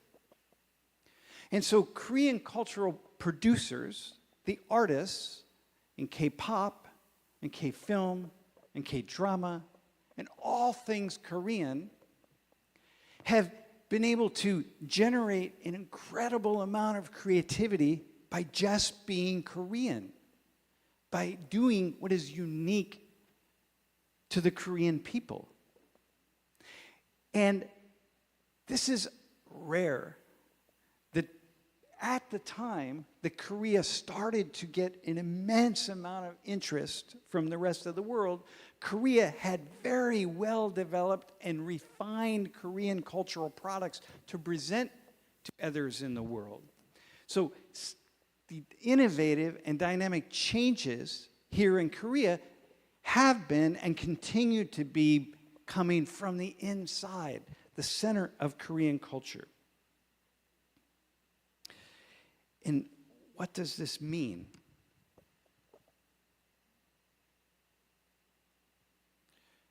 It means there's this Koreanness that we see. And, you know, I'm not exactly certain what it is. And when I talk to people outside of Korea, when I talk to people and ask them, what is the Koreanness? And I've been studying this for many, many years. I'm not entirely certain what it is, but everybody knows it when they see it. It's evident. When we engage it, we know it, we see it. Now, for the most part, the best questions, the most interesting questions, are the ones that we cannot answer. So when I ask myself again and again, what is this Koreanness? Like, what's it mean? Why is Korean culture so interesting to the rest of the world in this moment in history? And by moment in history, I mean decades in history. What is it about it? And I wish I could answer the question. I have answered it many, many times. I'm going to give you the answer that I have given many times. But it's really a guess. But I think it matters for what we're talking about today on this session. One is the comportment of the Korean people. And comportment is a word that we often don't use in English. But comportment means a way of being in the world.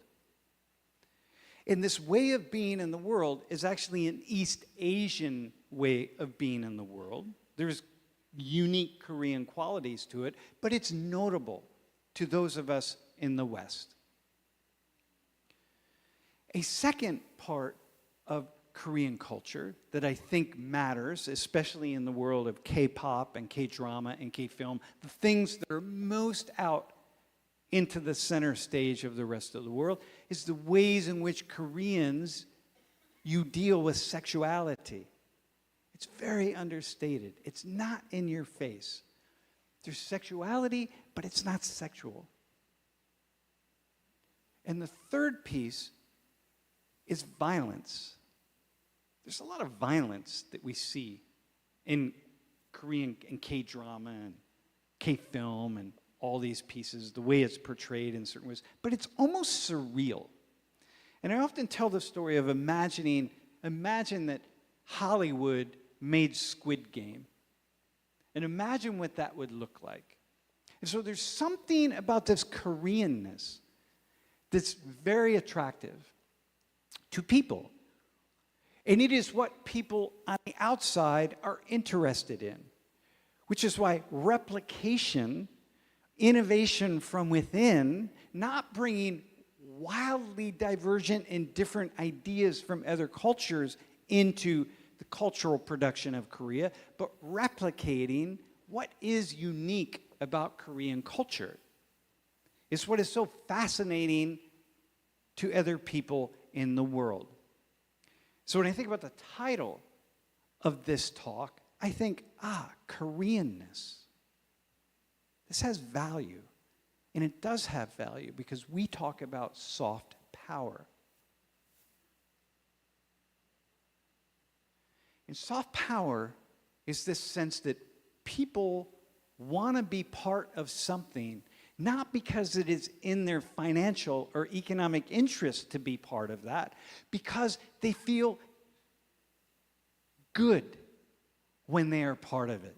Korea has power. Koreans who are living outside of Korea know this. In the past 15 years, their lives have changed.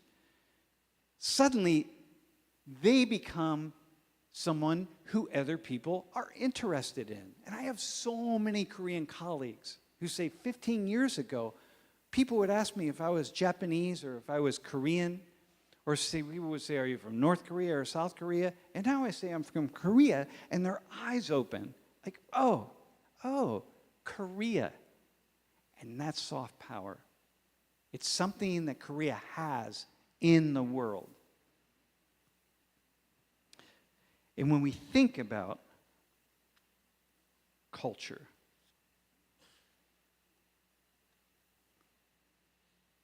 and when I think about cities,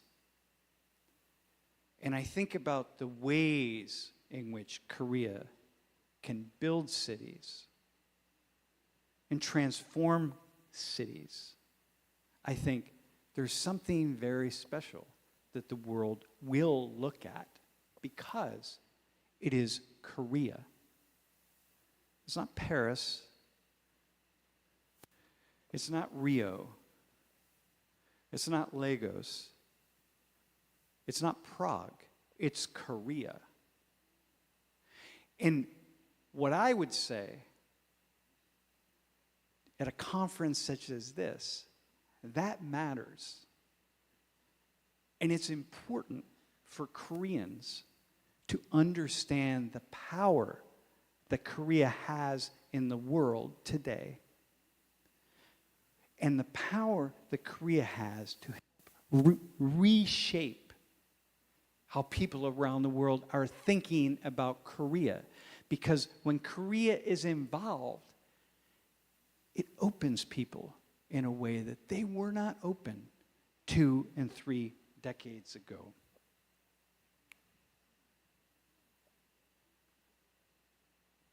So, let me say something about this wave, because this wave is, it's a fascination, and I talk about it a lot, and it's been clear to me over the years that here in Korea, this wave is not really understood. And in many ways, it's not understood outside of Korea, because I call it a tsunami.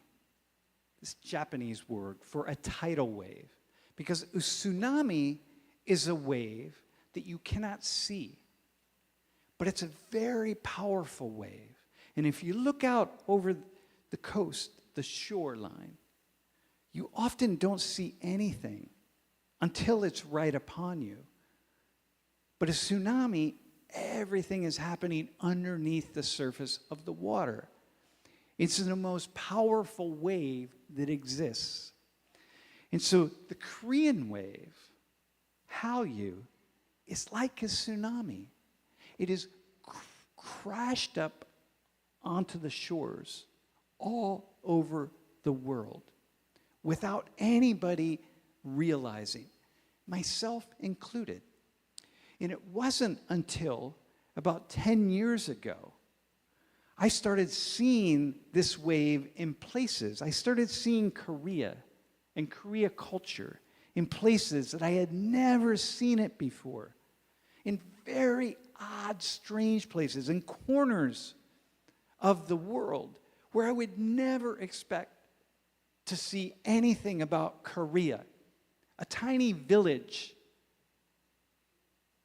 somewhere in South America. People in rural parts of Mozambique who are learning Korean just so they can better understand Korean K-pop. You have no interest, no reason at all to be learning Korean, but people do. And I keep watching, and I keep paying attention, and I travel all over the world, and I study all over the world, and I keep seeing this. And I think because of the unique characteristics of Korea, and I think what this is about, this culture, right? And I think in particular, quality. People like it. They're drawn to it. It's not just here and now in a passing phase. Human beings are drawn to what Korea has to offer. Now, this matters for Goyang City because you have to decide, do we keep investing in cultural production? Do we keep investing in the production and consumption of these cultural products? Is it worth it to us? And I would say my answer to this question is it's going to continue to be appealing. Korea has landed on the map. Korean culture has spread far and wide into the world, but it has so much further to penetrate. And the idea is if Koreans continue to be Koreans and to offer the world Koreanness, which is what the world is attracted to, and not change it to try to be like something else, and allow cultural producers from the inside of Korea to give the rest of the world the best of what Korea has to offer, then I think this wave is going to continue to crash up onto the shores all over the world, and this will pay off. So 3 weeks ago now, I had the opportunity to speak on behalf of the people of Korea in the city of Busan in Paris at the World Expo 2030 symposium for Busan in an attempt to bring World Expo 2030 to Busan and to Korea. And I was asked to speak to delegates from around the world about Korea and what is unique about Korea. And I felt immensely honored that I would be asked to do this. But my talk followed the keynote talk, which was about climate change and the climate crisis. And it was a very sobering talk. And it was a sobering talk by a gentleman named Jeremy Rifkin, who's well known in Korea for a couple of books. But the talk is essentially this. we discuss climate crisis. We discuss climate change. We discuss the changes, the transformations that are coming at us and the dangers we're in. But the truth is, no human being can hold in his or her mind the reality that we may be facing an existential crisis that is going to radically alter life on Earth for every living being. And human social life as we know it today may be very, very different in the near future. We can't hold that because you can't just, it's like we can't hold death in our minds. We have a moment where we ponder death and then we get on with our lives as though it's not walking behind us at every single moment. And what I said to the delegates who were in attendance in Paris on that afternoon is what I said and what I said by myself and with my wife, Lori Mulvey, on 2 different Sabashi talks. That Korea may be, probably is, the country that is best situated, best organized, best prepared to help show the world how to lead us through this climate crisis that 99.9% of climate scientists are saying is coming at us. And they are probably not wrong. And when I think about this conference, and I think about Goyang City, and I think about culture, and I think about how the eyes of the world are watching Korea to see what Korea is doing, or if they're not watching, they will watch, because Korea has this soft power in the world today. People are curious about what you are doing and how you have been able to manage the growth and transformation that you have managed in the past 60 years. So Goyang City, it's not about Goyang City. What you do in the cities here and what you do in other cities. This is about the future of life. And so I ask you to look beyond this particular example and look into other areas of the world. Be a beacon for what is possible. That was my message in Paris, and that's why I said there is absolutely only one country and one city in the world that should host World Expo 2030, and that would be Busan in Korea. So final thoughts. So some of you who have watched some of my videos would recognize this as the classroom where I teach 2 days a week. 800 students, live streaming, people watching from around the world, and students from all over the world. And twice a week, I have an opportunity to engage them. And I want to say 2 things about this. First, young people today, everywhere in the world, are willing to embrace the best of what any culture has to offer. Their default will be their own culture. But I am amazed and impressed by the degree to which students will be fascinated by a culture or a people or a cultural product on the other side of the world. And I am absolutely mesmerized by how many people will tell me that they love some part of Korean culture. And they love it on their own. They're not even part of a group. They just enjoy it. And I think, how is that possible? I have never experienced this ever in my life with any single other culture. The second thing you need to know about the students in this room is they are ready and willing to change the world. They are ready and willing. And what they're looking for are leaders, are adults, are people older than them, to offer them hope and offer them opportunity and give them a chance.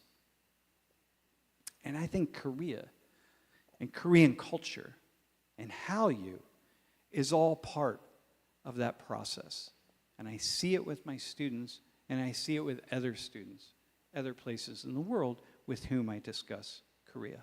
So, thank you very much.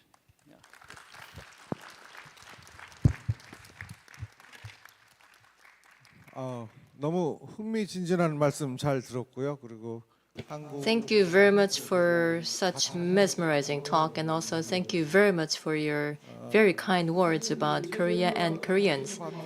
And for me, what stood out the most was about culture as an industry. So I really was keen on hearing about your views on culture as an industry. So now you also mentioned that today is an era where culture can become products, where culture can be monetized, and also by enjoying culture, we can also enjoy better quality of life. And I fully agree with this. Now, many say that the fall of the Roman Empire coincided with the fall in the quality of the city's culture. So no matter the city, the culture would determine the people's quality of life, and so I fully agree with that assessment. And then also for a city, now in terms of a cultural infrastructure, then the common good is what we should all aspire for. And then also talked about the Korean wave that is coming up, like the tsunami, whether this will be sustainable. And thank you very much for your very positive assessment. And the basis of this positive assessment is the Koreanness. And when the Koreanness can be reproduced, then the Korean wave can be sustained. And that is the soft power. So then what is Koreanness? And you also asked this question.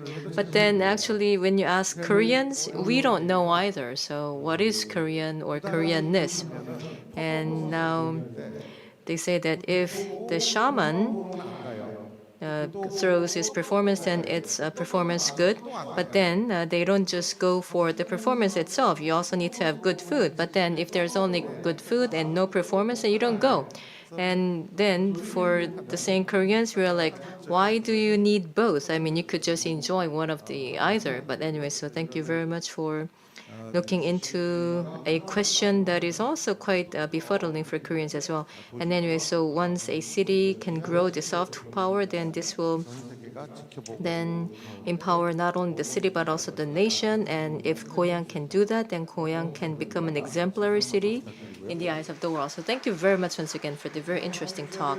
And with that, now let us move on to the next part of the program. And this is the presentation to be delivered through Zoom by Mr. Michael Jones. Professor Jones, are you ready? Yes, I hope, can you hear me? Can somebody tell me that I can be heard? 네, 안녕하세요. Yes, good afternoon or good morning, good afternoon. Hello. So yes, if you could proceed with your presentation, thank you. Are you ready? Thank you so much, and it's good morning. It's very early in the morning in the UK, and I've just had to move my clock because I can't see my screen and across the room.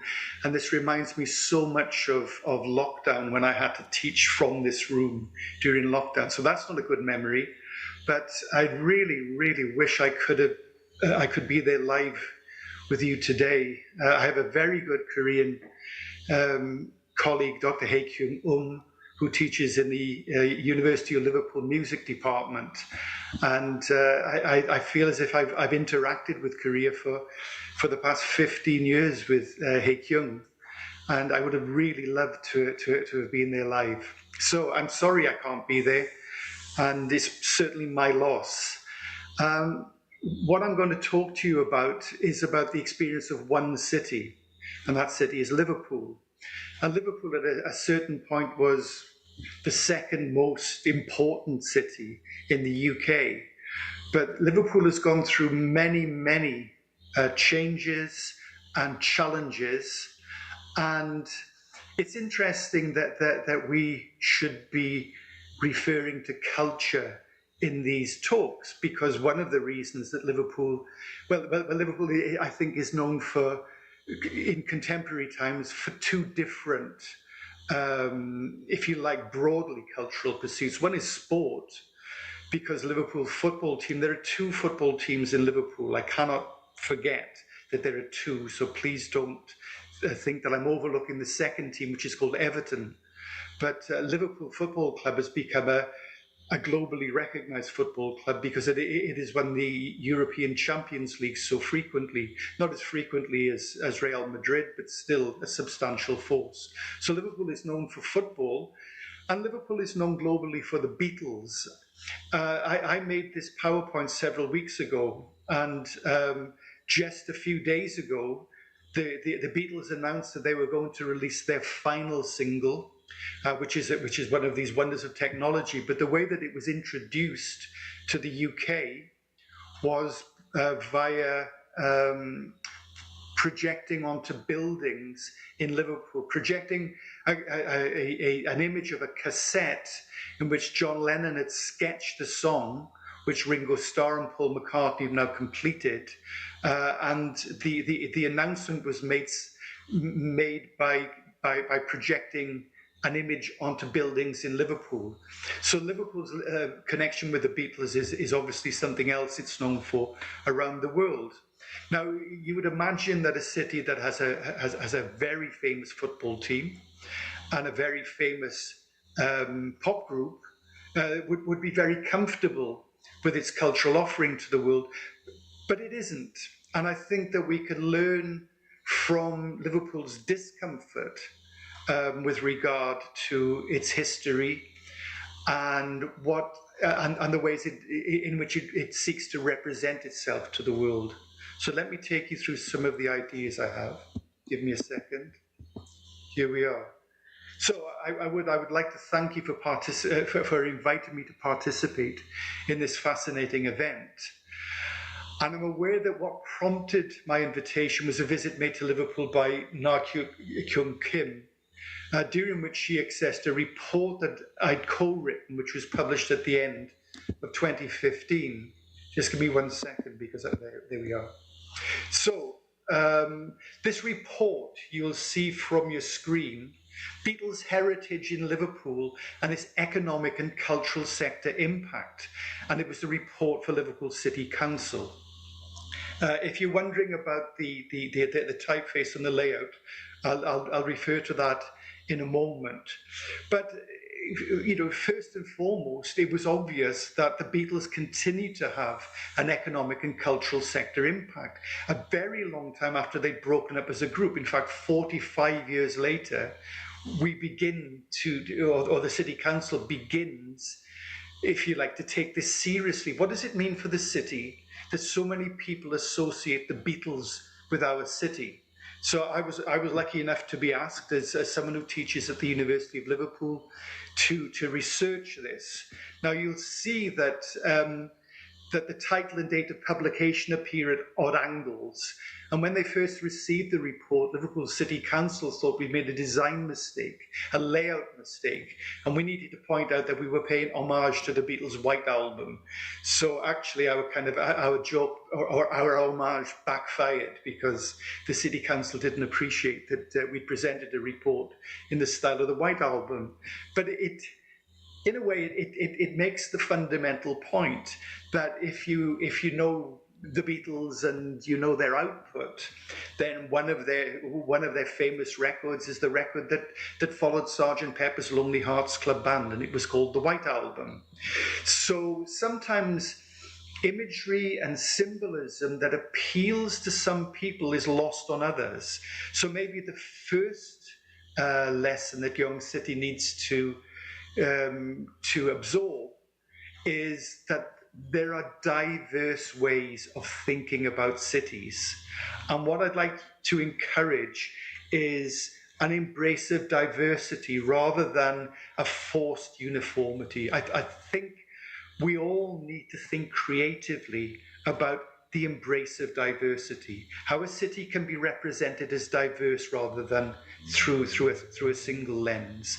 I think we're only at the beginning of this process, and hopefully this conference is one of those steps that we take towards thinking about ourselves differently.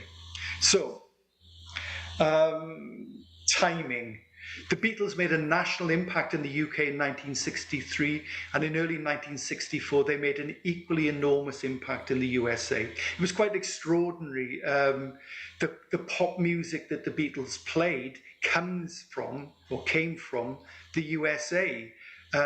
In the UK, we had become used to being on the receiving end of US popular culture, mostly through the Hollywood film studios, but also increasingly through, in the 1940s into the early 1950s, swing music, dance band vocalists, so American pop stars, American film stars, and so on. And the Beatles is really the first time that the UK created and generated something of its own, which impressed the Americans, which is quite remarkable. While they lasted, they were hugely popular, a hugely popular and influential group of young musicians, but the group broke up in 1970. So the question then is, why did it take Liverpool as a city such a long, long time before its local government began to ask the question, what value do the Beatles represent to our city? Well, I'm going to have to give you a very condensed history of Liverpool as a city. It's a fascinating history, but it's also, a problematic history. And I hope you'll see by the end of this why it takes Liverpool a time to respond to demands, contemporary demands. The answer to the question is that successive elected city councillors were never sure whether the Beatles presented an image to the rest of the world they wanted to embrace. I'll explain this tension in a moment, but firstly we need to understand the city Liverpool had been and had become. So from the 18th century onwards, Liverpool became, after London, the most important port in what was then the British Empire. As the port that faced the Atlantic Ocean, Liverpool became wealthy as the main port of African slavery. Arguably, the repercussions of forcibly transporting millions of Africans to the Americas is still creating humanitarian problems to this day. So we're still living the history that Liverpool was instrumental in fomenting. Liverpool became a very rich city because its docks became the point of entry for the cash crops produced in the Americas, among them tobacco, sugar, and cotton. Simultaneously, it became the point of export of goods refined from these and other raw materials. So wealthy did the city become that it enjoyed its own considerable financial sector, with at one time 7 locally established banks, together with a stock exchange, commodity exchanges, and an extensive insurance sector. At one point, the city was home to more millionaires than London. We can present this in a very positive way about human endeavor and entrepreneurship and so on, or we can look at the reality, which is that the reality of the wealth of a city and of an empire came through the enslavement of millions of others. So this is a checkered and problematic history. It's not a history that's going to be easily dealt with by the city of Liverpool. Liverpool was not only a cargo port, it was also the UK's key passenger hub for Atlantic destinations.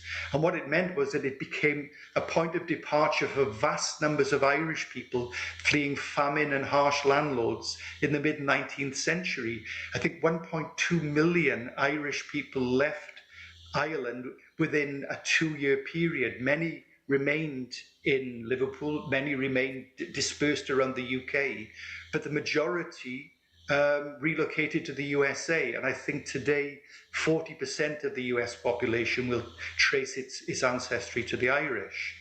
It was also the centre for Jewish people fleeing waves of anti-Semitic attacks in Russia and Eastern Europe at the end of that century. So Liverpool plays a part in US history in an enormous way. It was Liverpool who took enslaved Africans to the Americas. It was Liverpool who shipped Irish and Jewish populations to the Americas. So Liverpool is very much part of global history. So the idea of it as a global city derives in part from this history. Liverpool always experienced extremes of wealth. The poor lived in some of the worst conditions in the UK.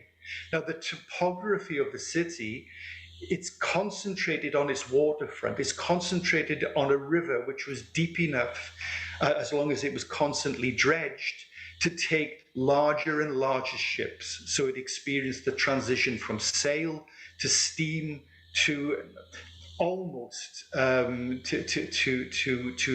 diesel and petrol fueled ships. I say almost because so much changed in the 20th century that really we think of it as a sail and a steam port.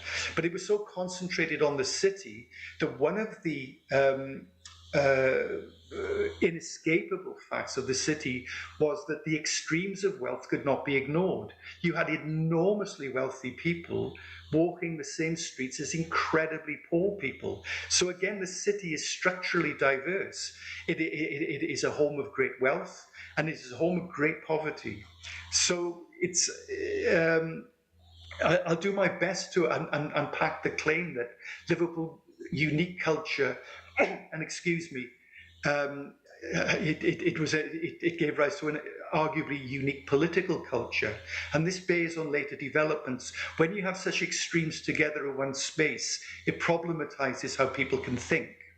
I'll do my best to unpack this claim, but it does indicate that when considering how to mobilize the city's intangible resources, its cultural resources, we need to pay close attention to how a city thinks of itself. And that's a problematic notion. A city doesn't think, it's a location. The people within it express themselves through culture. But we need to be careful that we don't reify a city, so that some of the city itself is a unified whole that can make decisions. Cities are problematic because they're diverse. Liverpool's decline from being a world-recognized, globally influencing port was precipitous. The two world wars hit Liverpool extremely hard. Essentially, the USA grew to power partly through the contraction of the British Empire. Former UK markets were lost to the Americans. The rise of transatlantic flights destroyed the seaborne passenger trade, and Britain's increasingly close relationship with Europe in the post-Second World War switched the focus of trade to that with continental Europe. Meanwhile, Liverpool's infrastructure needed to be restored following the severe aerial bombing by Nazi Germany. And you can see from that picture there, the city was devastated by bombing. The population shrank as skilled workers left to find work, not just in other cities, but on other continents. Many Liverpudlians emigrated to Australia. So Liverpool needs to reinvent itself. The problems, the economic and social problems were considerable. And unfortunately, in many ways, the Beatles was not something that necessarily enriched the city. In fact, it enriched record companies and publishers even more than it enriched the Beatles. So imagine then when it comes to generating an accessible account of the city's relationship with the Beatles. I argued in the report that rather than be seen as the birthplace of the Beatles, which anchors Liverpool in the past, it should be seen as the cradle of the Beatles, which then writes Liverpool into the story of the Beatles and the Beatles into the story of Liverpool. If we understand the cradle as the space in which the very young learn to experience their environment and to experience themselves within that environment, then I think this is the approach that cities should take. What do cities give birth to, and do they give birth effectively, and do they nurture the ideas that they give birth to? So there can be a collective force, there can be a collective focus. As long as we recognize that uniformity cannot be imposed on diversity, let's grow our ideas in the same way that we would grow and care for children. I'll skip some of this, but Liverpool found it very difficult to deal with the fact that the Beatles were born there. And in fact, it was amateur efforts. It was the efforts of enthusiasts who began to make the city realize that it could offer something to visitors and tourists. And I'm only looking at the Beatles here. I'm not looking at other aspects of the city. So these initiatives, the restoration of the Cavern Club, the beginning of a magical mystery tour around the city, an amazing statue on the waterfront, are actually provided by people who were enthusiasts. There was no city council backing, there was no governmental backing. This was simply a gamble that people took who were Beatle enthusiasts, that other Beatle enthusiasts from around the world would respond. And now there is provision for tourism. There needed to be a rethink because in 1981, just over 40 years ago, there were enormous riots in the city, and the image of the city that was projected through it was extremely negative. So Liverpool really needed to think of a way to reinvent itself. The riots acted as a catalyst for change. So what so long delayed an organised response from within the governance of Liverpool was a combination of some intractable, though understandable, reservations. Confusion in the city. Who are we now? Where are we going? What direction will address our deep problems? There were ideological blocks. Conservatives didn't want to be seen to be aligning with musicians known for their hedonism and their radicalism. So there was a conservative resistance, but there was also a socialist resistance. Socialists wanted jobs in factories. They didn't want a service sector to be the focus for Liverpool's economic recovery. And there was also a resistance to somehow that the Beatles had turned their back on Liverpool. But the Beatles were an exceptional pop group, and it's no wonder that they pursued their own self-realization. So this took some time to pull together. And I think that there are three different ways of representing, of dealing with the idealizations of the Beatles. We can look at the Beatles in terms of their legend, and that encourages us to root our stories in the past, to have comfortable narratives about the past. We can think about Liverpool's heritage in relationship to the Beatles, but then the question becomes a contest between the Beatles and Liverpool, and there needs to be a reconciliation. What aspects of Liverpool's past do we reconcile with the past of the Beatles? And the third dimension is branding. I think we hear too much about branding and cultural branding these days. Branding, I find, is too restrictive. And how do you encourage a population to buy into the idea that it should be about some ideas and some ideas only? So representation of the city through its past narratives of its past, representation of the city through an imposed top-down heritage narrative, and restriction of the city to the notion of a cultural brand, all I think have more negative than positive dimensions. So what I would encourage, I'm sorry to flick through these, but these are longer unpackings of those ideas, is this: that what we need to recognize is that we live in a constant present, which is made up of elements of the past which inform and inflect our understanding of ourselves. We are diverse rather than identical. So we need to be able to draw together what the most positive aspects and elements of our diversity are, and unite those into a forward-facing offer to the world. As Sam Richards says, in a period in which we may all be going into a process of profound change. It is better to be unified to face change than divided.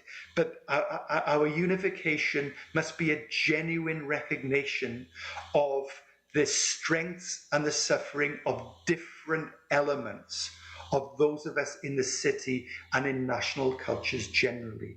So I would encourage any city cultural plan to be something that realizes the strengths of diversity and avoids imposing a uniformity from the top. I hope I've made some sense to you from Liverpool's experience. Thank you.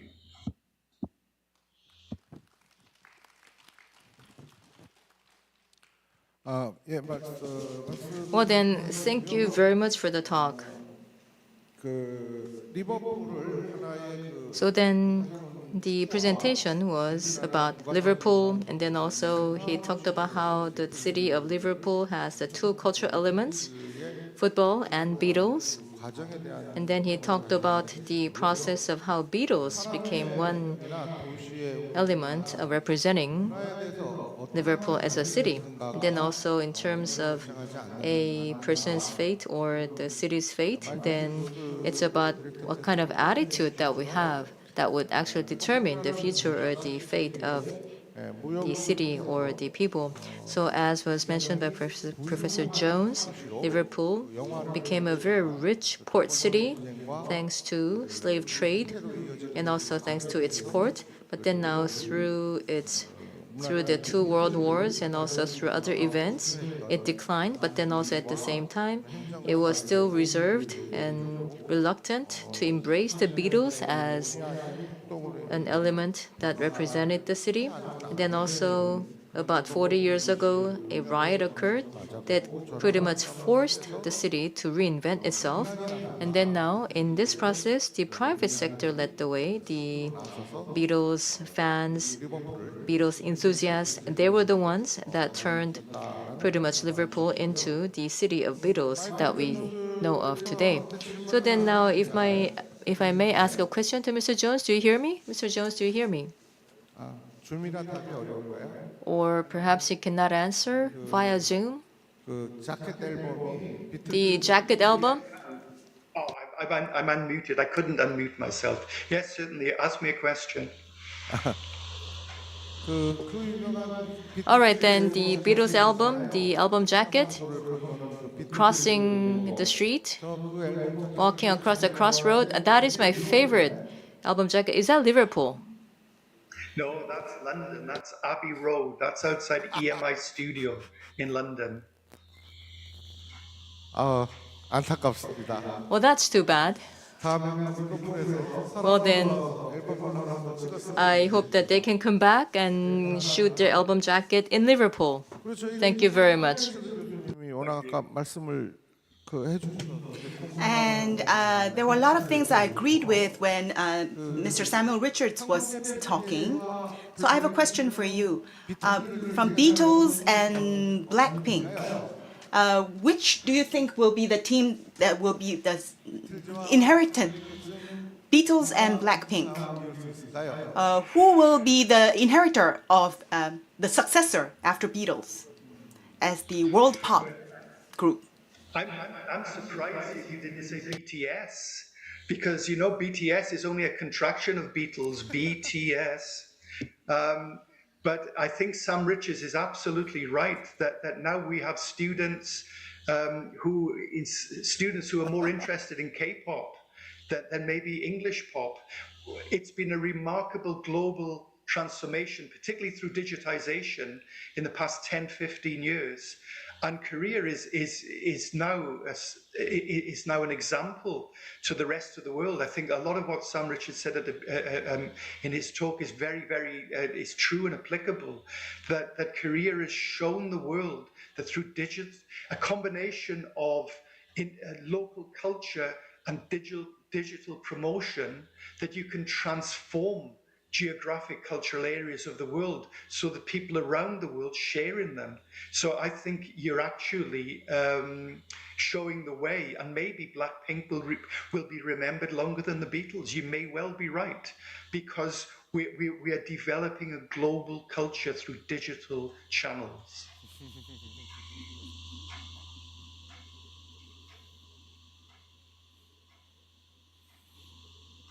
네, 감사드리고요. 이거 차후에 또 토론할. All right, thank you. Now then, if we have another chance, and I would like to ask you another question later on. And then now, from the city of Goyang, what we look forward to the most, and this is the case from Goyang. So now let me invite Ms. Lee Yu-jung from the Goyang Content Industry Promotion Agency. Hello, my name is Lee Yu-jung. I'm very happy to meet all of you. I'm from the Content Industry Promotion Agency of Goyang.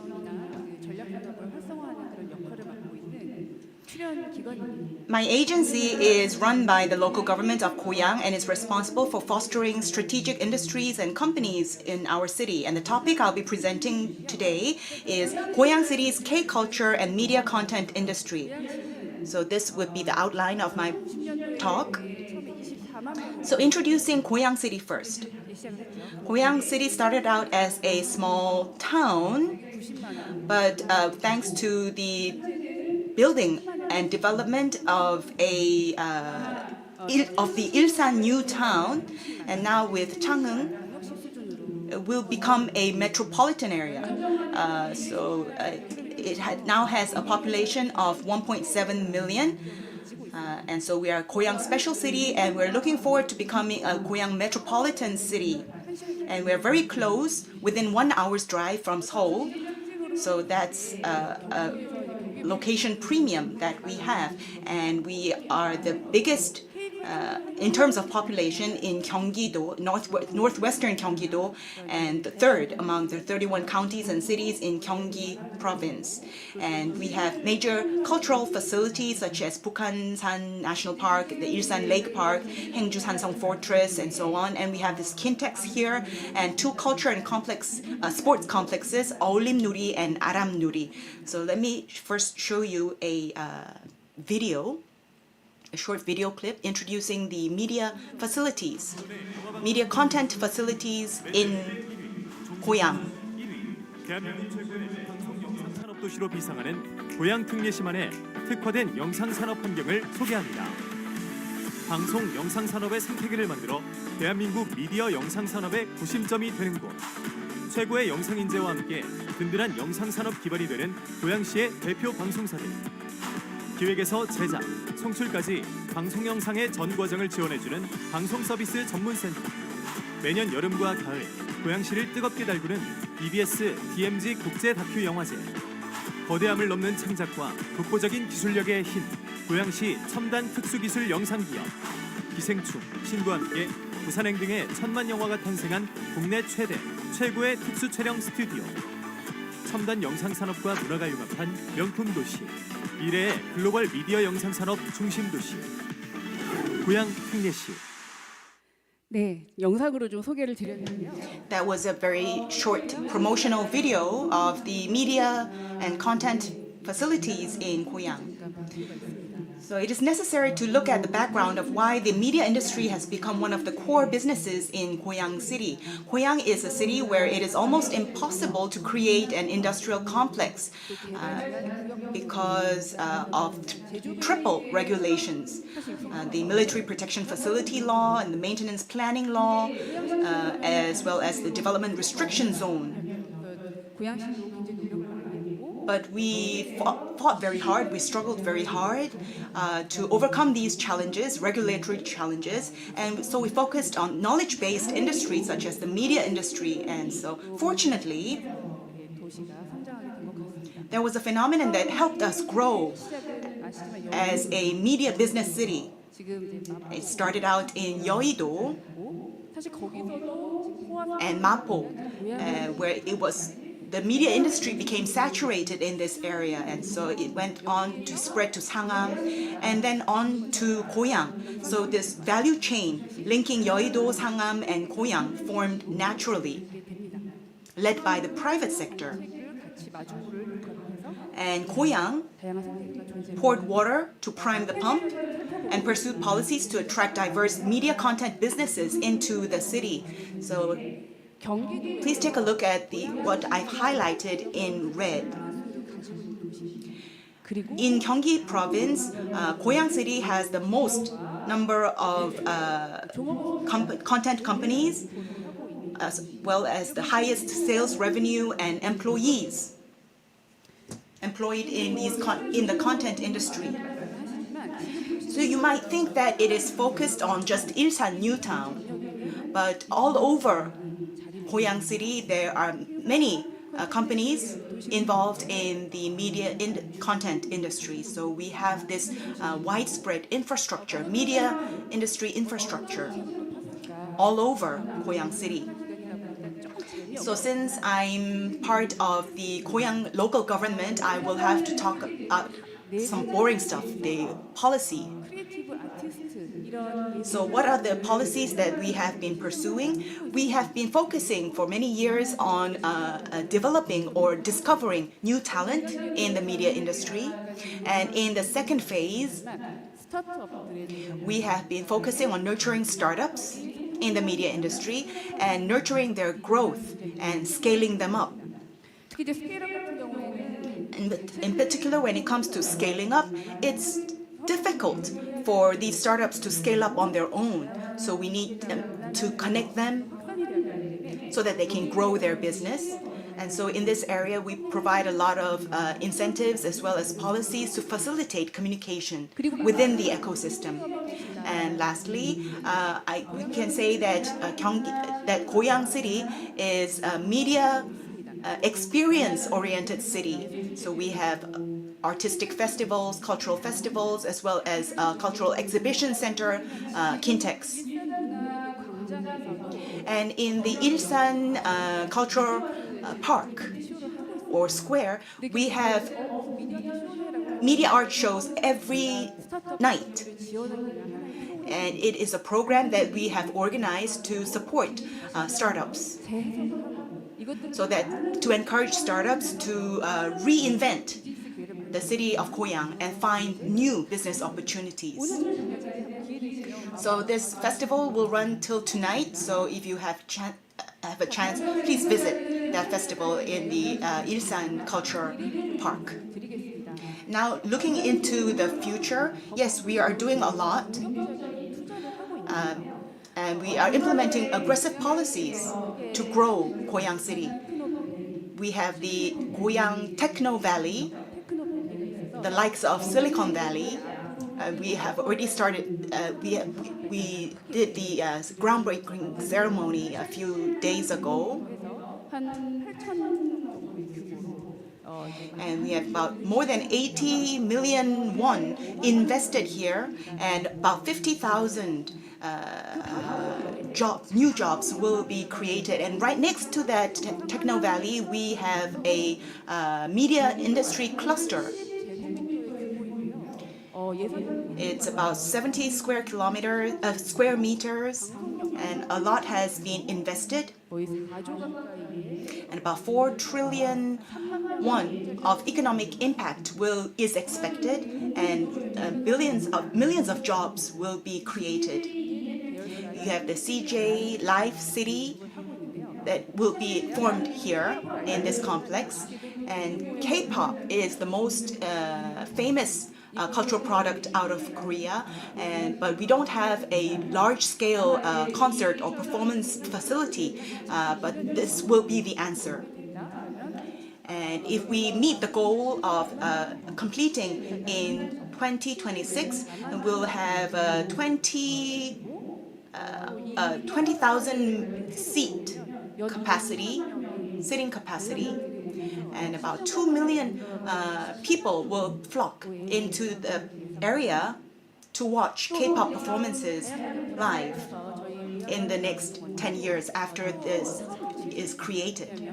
And so we have, in line with these expectations, we have been promoting a project together with the Ministry of Culture, Sports and Tourism, and we call this the IP Convergence Content Cluster Project. So what is IP convergence? You've seen the drama series Moving, right? And the Moving is based on a webtoon called of the same title. And K-pop stars, they put up performances and they make songs, but they also sell goods, right? So we are going to facilitate such businesses, relevant businesses, and we are going to be offering facilities to provide a wide variety of experiences to citizens from around the country and even overseas. And we also have a media culture complex. And we have the Goyang Aqua Special Effects Studio that is operated by Goyang City and my agency.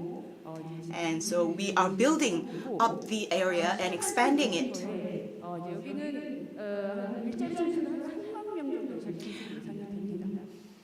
And this media culture complex will be completed in 2026. And it will be on about 200,000 square meters and is with an investment of 100 billion won. And it's expected to create more than 30,000 jobs. And so this culture complex, media culture complex, I would like to share with you a story, the creation of the future media culture complex. 13 years ago, in this area supplied water and sewage treatment services to the city of Goyang, and it was like the a bank for the Han River. So we drew water from the Han River and to provide water to the city. And there was a water purification plant or a treatment plant that was shut down because of its age, and there were a lot of regulations that prevented this area from being developed. But we revived this area and remodeled it into a studio for water filming, underwater filming, and we began operation in 2011. And many works, many films and dramas that were shot here involved underwater scenes or water scenes. And a lot of content was created out of this area. And so it became a source for building up the soft power that the previous speaker was talking about. And so it paved the way, its success paved the way for deregulation. You know how difficult it is to achieve deregulation, to ease regulations, to facilitate development. But we made that miracle happen, and so we are growing. And so youths from Goyang and other areas in Korea are visiting, and even people from overseas are coming to benchmark this area. And so what we're expecting is to build a media culture complex, the likes of Universal Studios. So what is this Aqua Special Effects Studio? So let me show you a 3-minute video introducing the Goyang Aqua Special Effects Studio that is at the heart of this culture complex. And the Oscar goes to Parasite.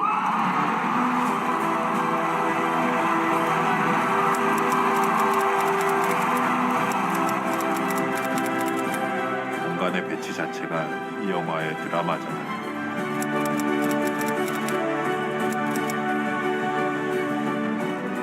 서울 시내 어떤 동네처럼 정교하게 만든 세트입니다.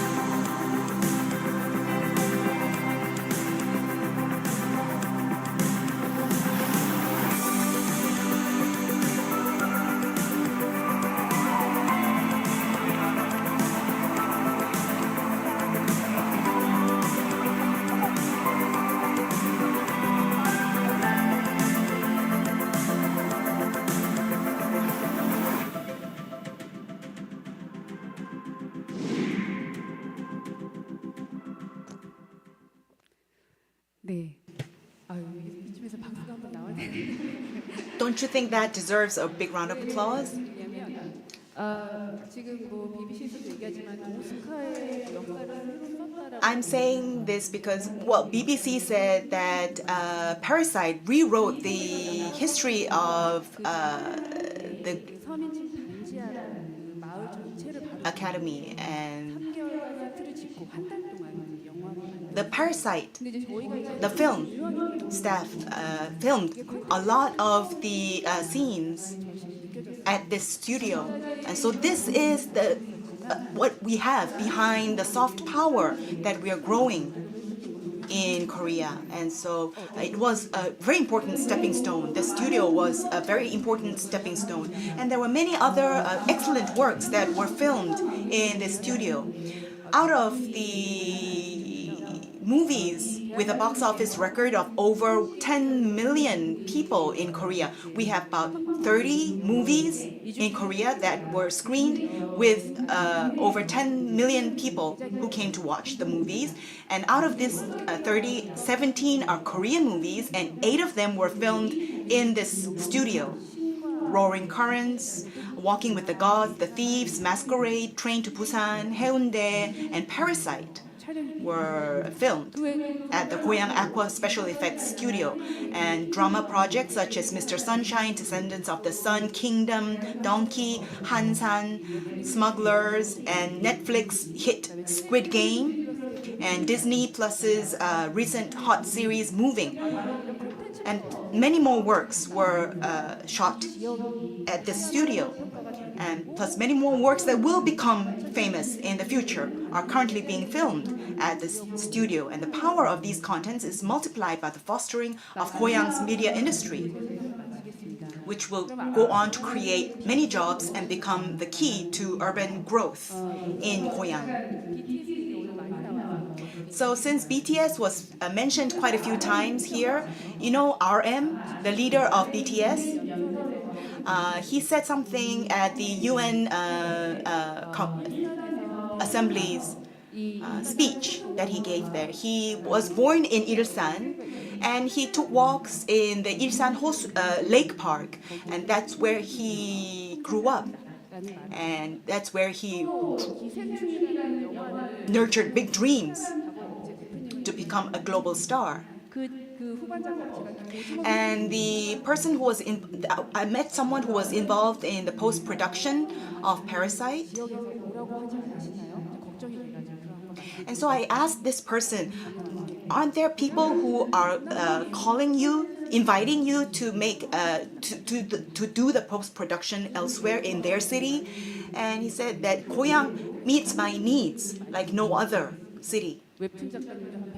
So I've met with webtoon artists who live in Goyang City, webtoon writers, novelists, artists, actors, actresses. A lot of them live in Goyang, and I think that represents the vision and future prospects of this city. The resources that we have, if we can utilize these existing resources well, then we can nurture further growth.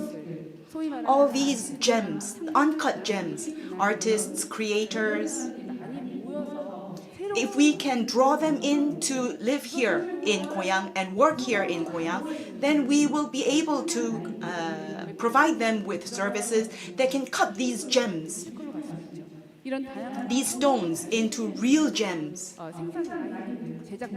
So if we can offer them production services, production lines, then these gems can be cut into really precious stones that can shine not only in Goyang and Korea but around the world. And so we aspire to become the cradle of such gems. Someone said that Goyang is a bed town that's 1 million people at night, but only about 100,000 people in the day, because everyone goes out of Goyang to work in Seoul. And so this is one of the weaknesses of Goyang that we need to overcome or need to improve. So the human resources, we want to attract human resources to work and also live in Goyang, so that in the future there will be sustainable as well as self-sufficient cities, towns, not just bed towns with just residential apartment complexes, so that in the future there will be more global stars like RM that will be born from Goyang City. So we hope to become a town that is not just 1 million at night, but 2 million in the day as well. So with this, I'd like to end my presentation. Thank you very much for listening. Yes, thank you, Ms. Yu Jung. Goyang City is growing into a media content hub and media business city and the one-stop shop for media content development and production. And also the policies, she also shared with us the policies for growing Goyang into such a city. And she also boasted about the Aqua Special Effects Studio that produced a lot of excellent works. And one of the challenges that Goyang is going to meet is to grow Goyang into a town that is 2 million in the day as well. So before we hear some advice from the panelists about how Goyang can grow in that direction, let me offer some questions and food for thought and summarize. Professor Samuel talked about how we can grow cities and how we can utilize Hallyu to continue to reproduce the K culture, and also Professor Jones talked about the growth story of Liverpool. And so I'd like to ask Ms. Chinju to talk about her thoughts.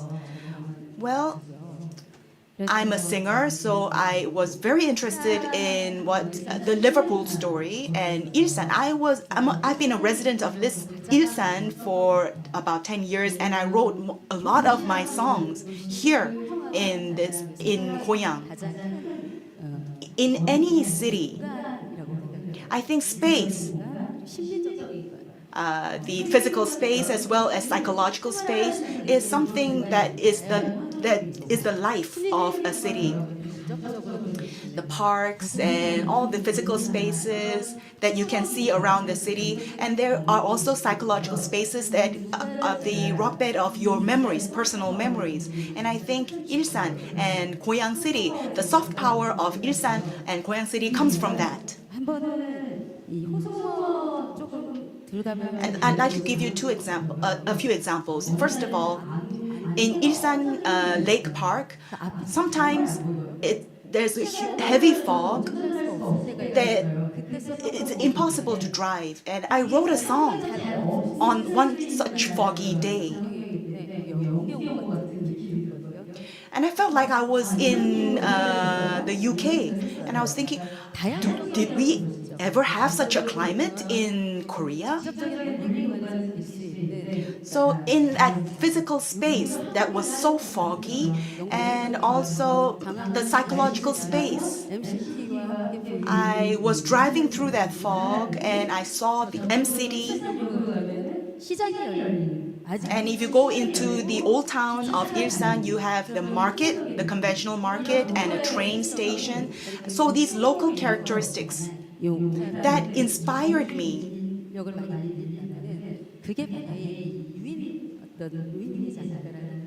I think that those characteristics, special characteristics of Goyang, can be used to draw more people into the city.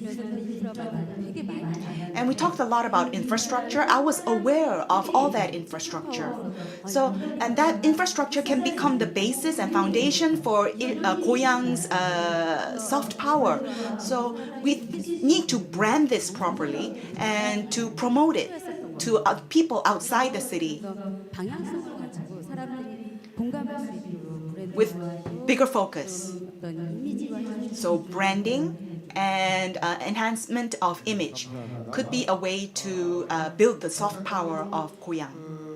Yes, thank you. 교류원장해 주신 이제 변정민 Well, now then, with that, let me now go to 발표에 대한 Director Byun Jung-min. So if you could share with us your thoughts or impressions of what have been discussed so far, what your views are.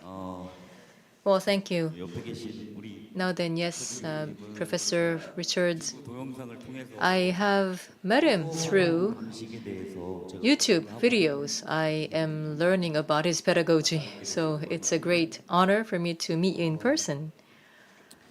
굉장히 긍정적으로 이제 한국의 어떤 K 컬처 Yes, I see that he has given a very positive take on the Korean culture about K-drama, K-films, K-pop, and so forth. So I appreciate that. And also how we can introduce Korean culture to the others. So like, for example, let's say if we are to make the analogy of a mountain, then once inside the mountain, then you don't really know where you are headed because you cannot really see the mountain for the trees. But then now perhaps from his views, looking at us from the outside, then perhaps that is what we can learn from him. But then now, allow me to be a bit negative in my talk within the time that is not too long. Now, yes, as Professor Richards has talked about, the dynamic changes of Korea, and also he mentioned that Korea will keep reproducing itself, and I would say that that is about how sustainable the K-culture can be. So yes, I also agree with what he has mentioned, and also I am also serving as a director of Cube Entertainment. I'm also a professor, and yes, we also have world-renowned pop artists like GIG and but then they are very hard to be sustainable. Now, of course, a singer, Jinju, she is now very well known. She had a breakthrough with I'm Okay, but now, you know, in the US there is Madonna, so it's very difficult to create the condition to be sustainable. Oh, I'm still doing okay, Professor Byun. Yes, but yes, so it's very difficult to sustain the act, is the point. And I would say that that is also similar to the economy, because Korea going through industrialization without having natural resources, leading to this economic boom.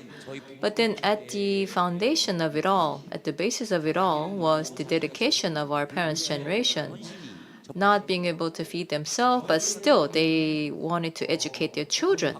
So that dedication was important. And also in my generation, I also studied all the way to the PhD, but then unlike my parents' generation, we were able to get smart education.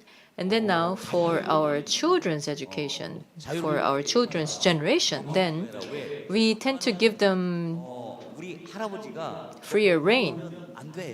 So we tend to give them more freedom, because my generation were kind of forced to study by my parents' generation. So we probably had other dreams, but were not able to pursue them because we had to study. So as a result, this kind of polarity is not being resolved. I mean, we have the economic polarization, political polarization, but then I would say that the polarization or the gap in the social classes, economic classes, that is something that we have to address. That is the most urgent. Now then, the students of K culture or K contents, what they think or the question that they have is about the sustainability of K contents. And we need to keep thinking about this, keep predicting this as we move ahead. So yes, Professor Richards has given a very positive take, and so he assess that this is going to be sustainable. But then again, as someone who is just trying to cross the forest, I'm just looking at the trees and looking at the brooks, and so I'm not able to see the peak. I'm just still wading through this forest and river. But then, so again, the question is, how sustainable is this going to be? K culture, K content, K films, K food, K pop. So how long can they be sustainable? How long can they be beloved by the people? So we have to keep thinking about this question.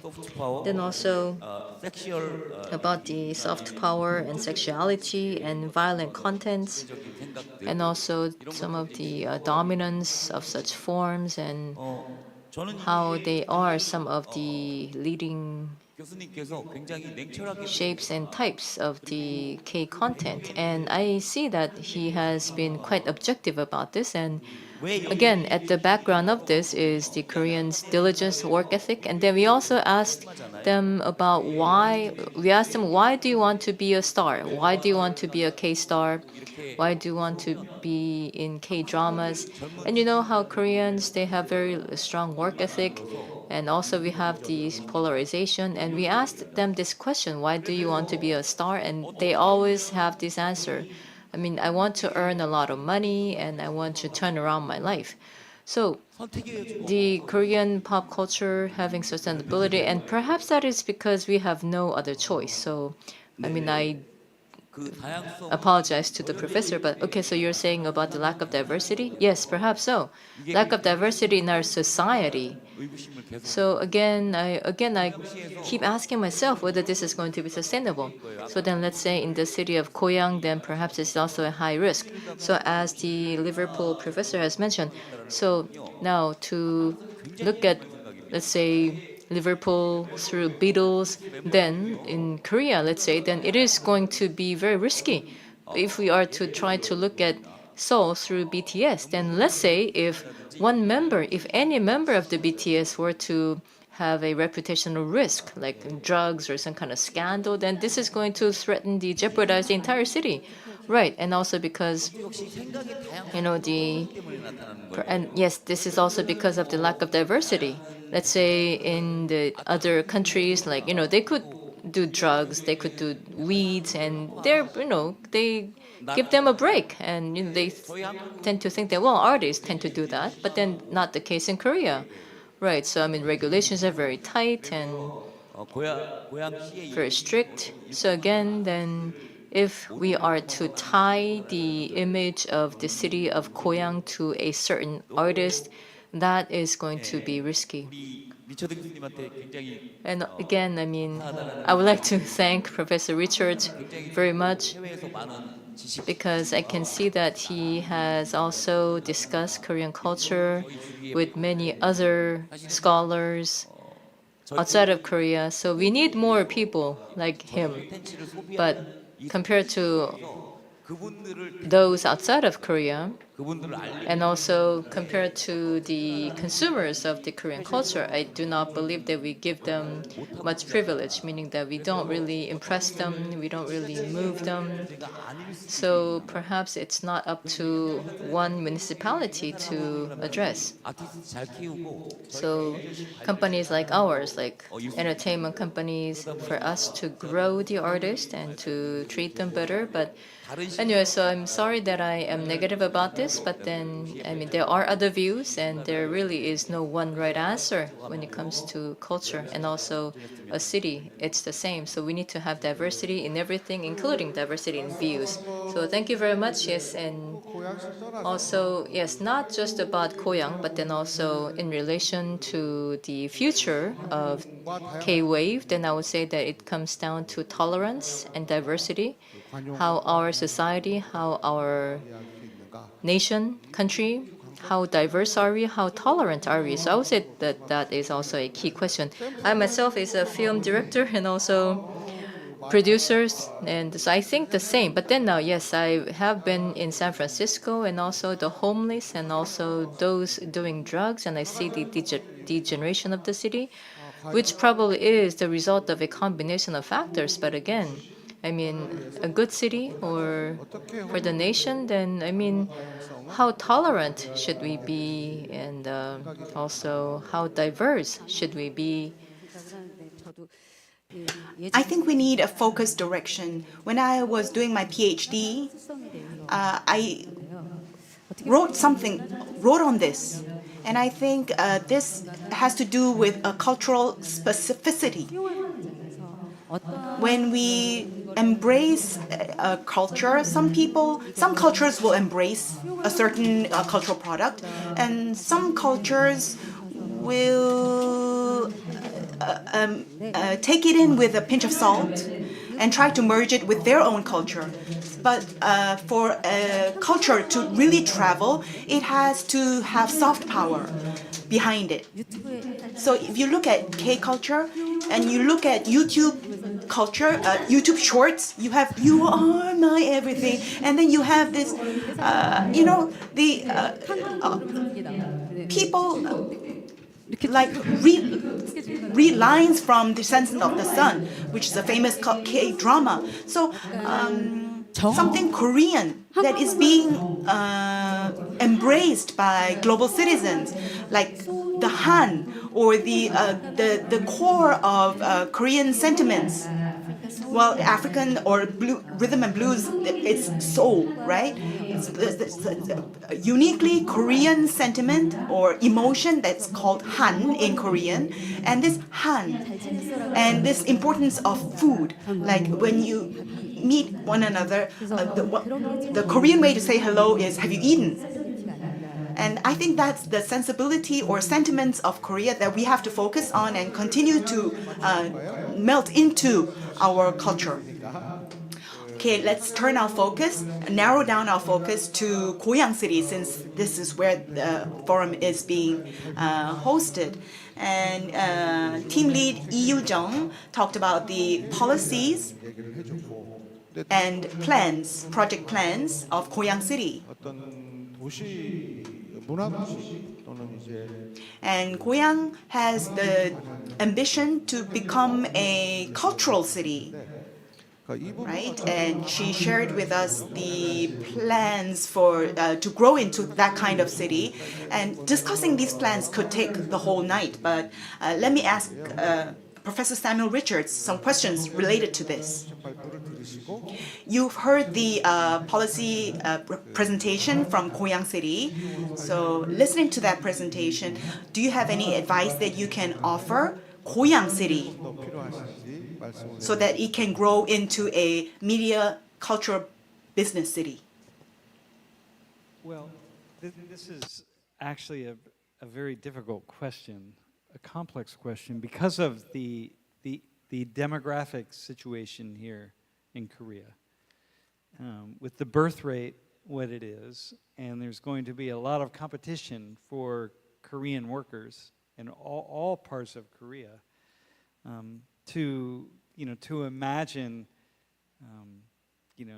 hundreds of thousands of new workers here in Goyang City it's an important goal, it's a good goal, but many of these new workers are going to be from outside of Korea. And I don't think the Korean birth rate is going to increase notably in the near future. And so this is going to present some challenges for Korea. It will present challenges in the form of the culture, because it's, as we've discussed, it's going to bring some new changes, new culture from the outside coming into Korea, and in many ways, for the first time, Korea will experience something that most countries in the world have already experienced. So much of Korea's power comes from, as I said in my presentation, from the Koreanness that is very attractive to people on the outside.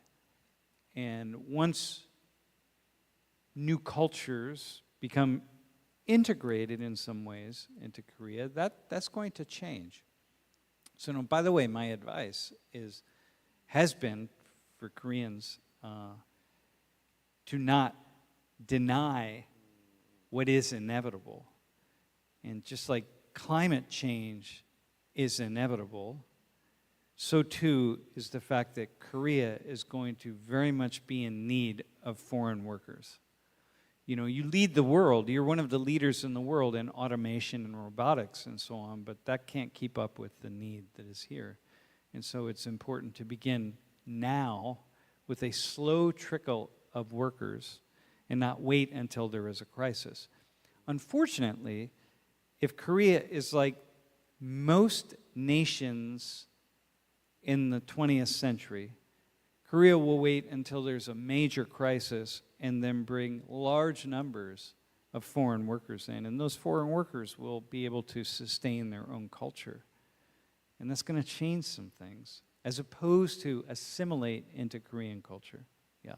So that is my one issue. But, you know, Goyang City, the jobs that will open up are going to be high-tech jobs. And there are many very creative people all over the world who would love to come to Korea and be part of this, what is available to them here in Goyang City. So that's the good side. There's no shortage of people who will come here to work. Yeah.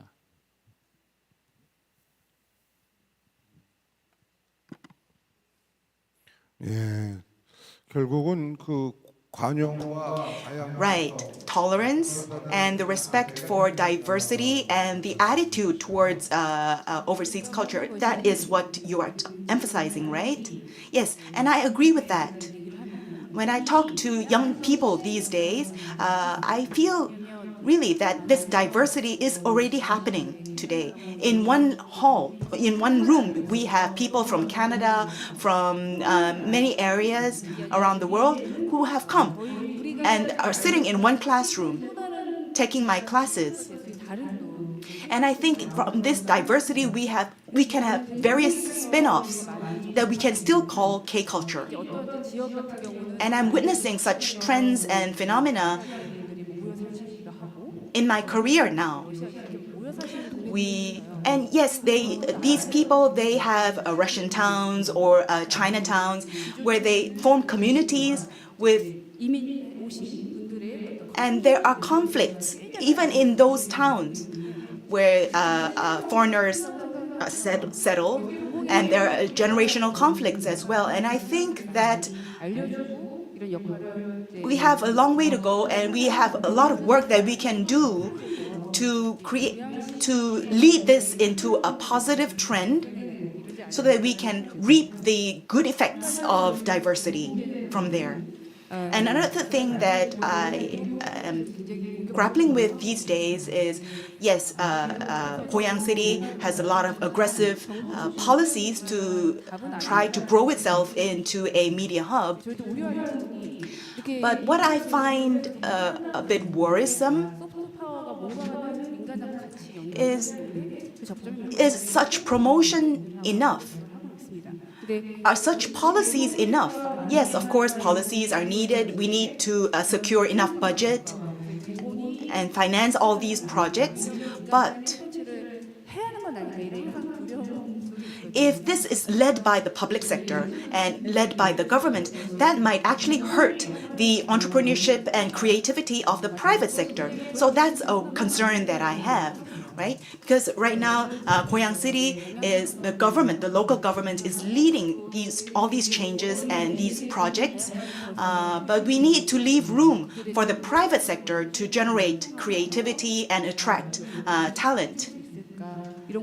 And so the local government has to really look at how they can really become the water that primes the pump.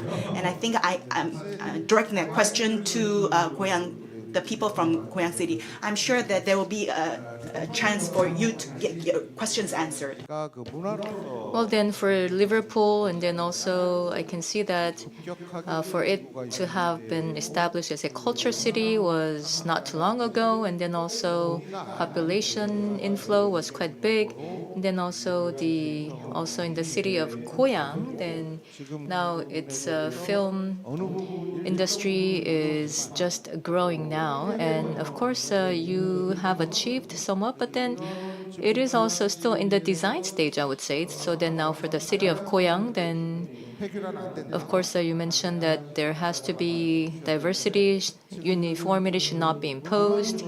And then now for Goyang as a culture city, now for Goyang to become a, let's say, world-renowned culture city, then where can it find more of the cultural elements? What do we need in order to find the cultural elements to elevate Goyang as a culture city? So may I ask Mr. Michael Jones this question? Yeah, thank you. I spoke at a similar conference in Denmark a few years ago in Copenhagen. And Copenhagen has, it seems to be now, and again, it's because I'm not in Goyang, I haven't been able to absorb your history, even in a very short time. But I do see that there are inherent and historic and maybe very good reasons why culture, is formulated in the way that it is. And in my talk, I tried to show that Liverpool fell from very great heights. It was a very powerful city. It was severely weakened. It was severely bombed. I mean, the destruction in the Second World War was awful, and it's needed to restore itself. It's a smaller city because so many people left. It's restored itself through becoming a place that celebrates its own historic culture. It attracts visitors, jobs have grown, and so on. The city is trying to grow itself in terms of cultural businesses, as people have said that Goyang would aspire to. And I think that my tension in Liverpool with local politicians is that they still think perhaps too restrictively about maintaining a version of the city which is perhaps out of date. And my emphasis on diversity is, where does creativity come from? If you ignore the concerns and the experiences and expressions of your own people, then you miss a hugely valuable resource. So I think that maybe, I mean, right at the very beginning, there was a talk about alliance between private sector, I think it was Sam again, private sector, local government, schools and education. I think I come from these days I come from the education sector. Before this, I came from the music industry. And I think that you have to look at young people as a resource and encourage them and allow them and help them to develop. And the resources of the city already exist within the city. There's talk about the birth rate and the need to draw people in from the outside. It's quite remarkable to see how many people now come from the outside to live in Liverpool and contribute to it. But ultimately, future is about creativity and creative responses. So my emphasis on diversity is to encourage the creativity of the youngest, to allow that to flourish and to be willing to learn from it, to be willing to nurture and develop it and not ignore it or not to suppress it in some way because it offends. I said this the same in Copenhagen as well, that sometimes it's the friction that creates change. And okay, we can't have so much friction that everything falls apart, but neither can we suppress it and then want something to happen that we've already disabled. So really, I think my own feeling is about support for creativity of the existing population. How can that be liberated and engaged and allowed to develop? 네, 좋은 말씀 감사합니다. Yes, thank you for those thought-provoking words. So maybe we can talk among the Korean panelists. since we are very well aware of all things Korean, to singer and professor Jinju.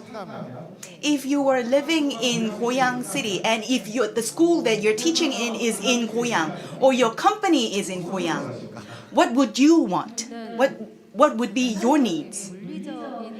When I was living in Goyang, what I found that I really liked was the environment, the physical spaces, the psychological spaces that cannot be found anywhere else. Something that is uniquely Goyang. The roads are really wide, and there are trees, and there's the lake that provides sometimes very foggy weather. So there is a diversity in climate, and also a wide range of choices. Like if you go to Changhang-dong, it feels like New Zealand, and if you go to the Ilsan station, it feels like a rural community, the countryside. But then if you go to Daehwa, you have these really top-notch MICE facilities like Kintex. A very modern city. But if you go to the singing fountain, the musical fountain, when I went to the musical fountain, it was the first time that I saw such a fountain. And I was fascinated by the cultural events that took place there. And I think that was the place where the cultural events happened for the first time in Ilsan and in Goyang. And so the flower exhibition and the musical fountain and the cultural events, that became the cradle. So it's very near the city. It's like Manhattan. Sometimes it's like New Zealand. And so you have a wide range of choices that local residents can avail themselves to. And I think that is the potential that will attract people to live and work in Goyang. Well, that's a very favorable assessment. So, to Mr. Byun, who gave a sort of negative assessment of the cultural potential. So what do you think of Goyang? Well, I'm not negative about the K-wave itself. My question was more about how sustainable will it be. So it was about the possibility of sustaining itself. I mean, I am involved in K-pop, in K-wave, so I'm not negative about K-culture itself. It was just about sustainability, or just the fear that maybe this is as long as we're going to last. So I'm just wanting to make the point that I'm studying into this out of fear that it will not last long.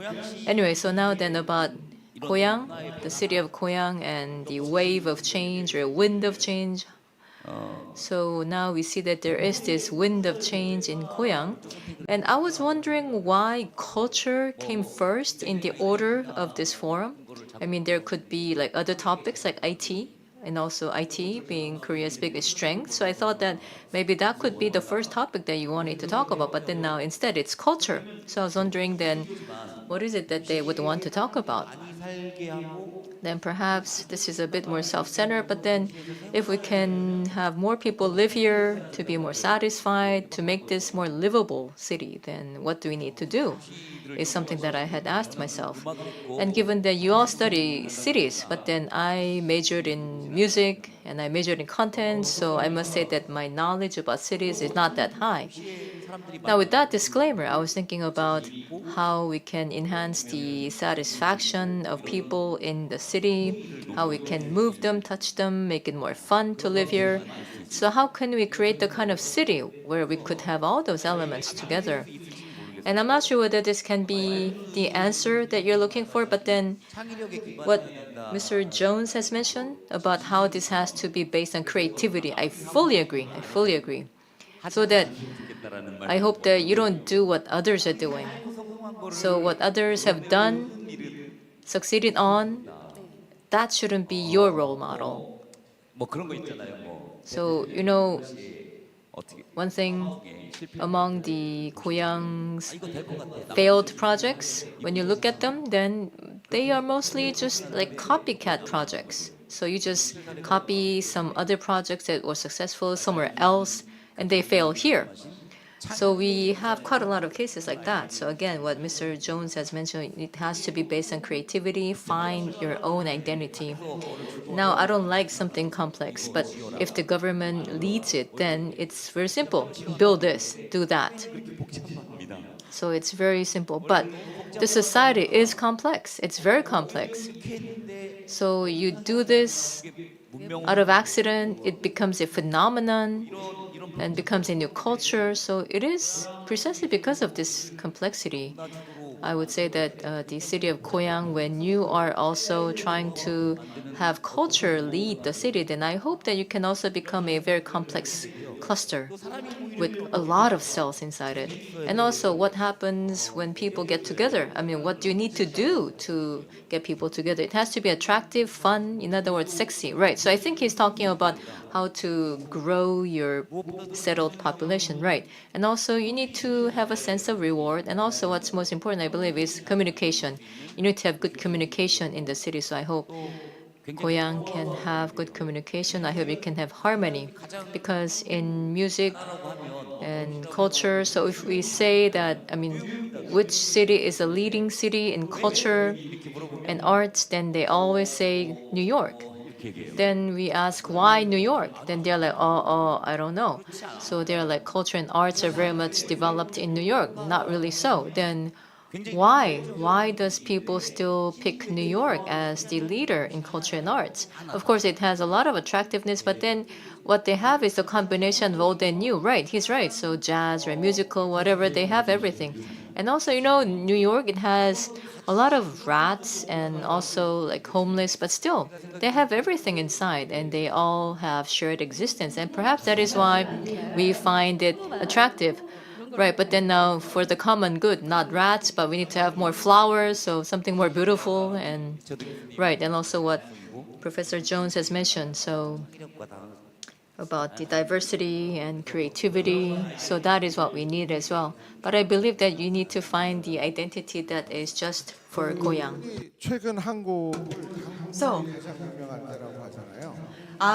people these days say that Korea these days is the most famous. The fame of Korea has traveled the furthest in the history of Korea.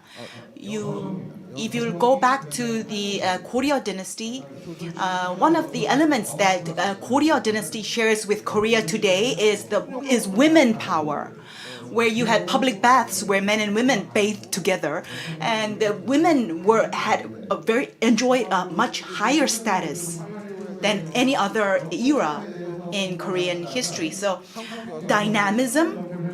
If you want to study the source of dynamism of Korea, then maybe women power can be one of your targets or areas of study. So maybe you can look at the Goryeo dynasty, and you can look at the poetry of Goryeo dynasty. There are a lot of women poets, and you can look at the women power.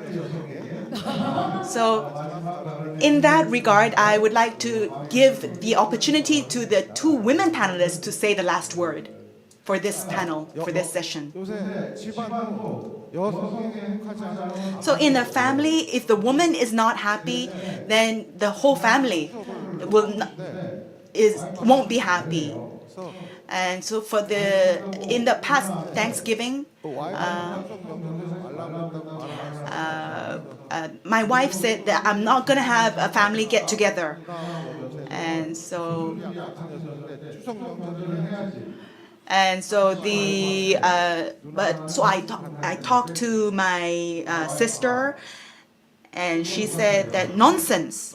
We have to have a big family gathering. And so I relayed that back to my wife, but my wife said, no. Who is your wife? Who is your family right now? So in the end, my wife got her say, and we did not have a big family gathering for the last Thanksgiving. So it seems that the men don't have much power these days in Korea. So maybe for this panel today, I'd like to give the women panelists the last say about what you wish Goyang will have so that it can grow into a media city. Well, there are a lot of women-friendly policies in Goyang, like entrepreneurship opportunities that are provided just for women entrepreneurs. And Goyang, we have a high level of education. According to statistical surveys, university graduates, they form quite a big proportion in Goyang. And a lot of women have university degrees and higher, but they grapple with and struggle with their parenting needs. Childcare is a huge problem and issue for them, and it's not just in Goyang, it's around the country. Women have problems finding quality childcare services so that they can continue to work. So Goyang City is focusing on that. Family-friendly and women-friendly policies. And we're trying to provide more competitive opportunities for women. And so when it comes to work-life balance and helping women workers and women entrepreneurs to balance their work and family, the reality is cold-hearted. But we have a very positive trend right now. There is a famous woman film director, and whenever she has interviews, she brings her child along with her. And it's quite symbolic. She's a big name in the independent movie industry, and she gave birth to a child when she was right in the heart of filming, and she was working and in the height of her career.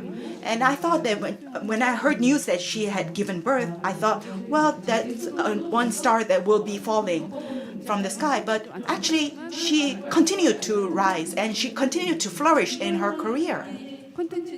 So if she becomes a good example and she continues to create content, then I think that will bode well for the media industry here in Goyang as well. Well, so since you talked about content, let me talk from a different context. One of the biggest concerns that women have in any society is going home safe and going to work safe.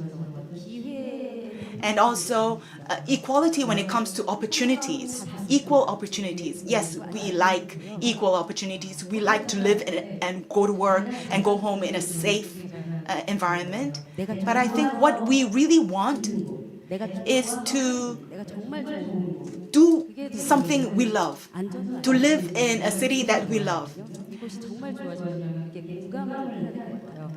That kind of love and affection is based on empathy, something that we can really empathize with and be on the same page with and can share a lot of our personal stuff with. And in other words, forming a community that we would love to live in. And women are good at that, forming communities. And this kind of sharing and forming communities is fundamental to any culture, right? So living together, coexisting and tolerating, and as well as appreciating other people's culture. I hope that kind of phenomenon will happen and grow in Goyang. You have my fullest support. Yes, thank you very much for your words. And with this, we'll end the session. And now, ladies and gentlemen, with that, we have come to the end of day one of World Cities Forum 2023. I would like to thank everyone for staying with us until the end. Also, I would like to thank everyone watching on YouTube. Thank you. And now, ladies and gentlemen, we are going to conclude day one here. But again, day two will be coming back with even richer contents. Economy, space, and also the comprehensive discussion later on. So I ask for your continued participation. Thank you, and I will see you tomorrow. Thank you.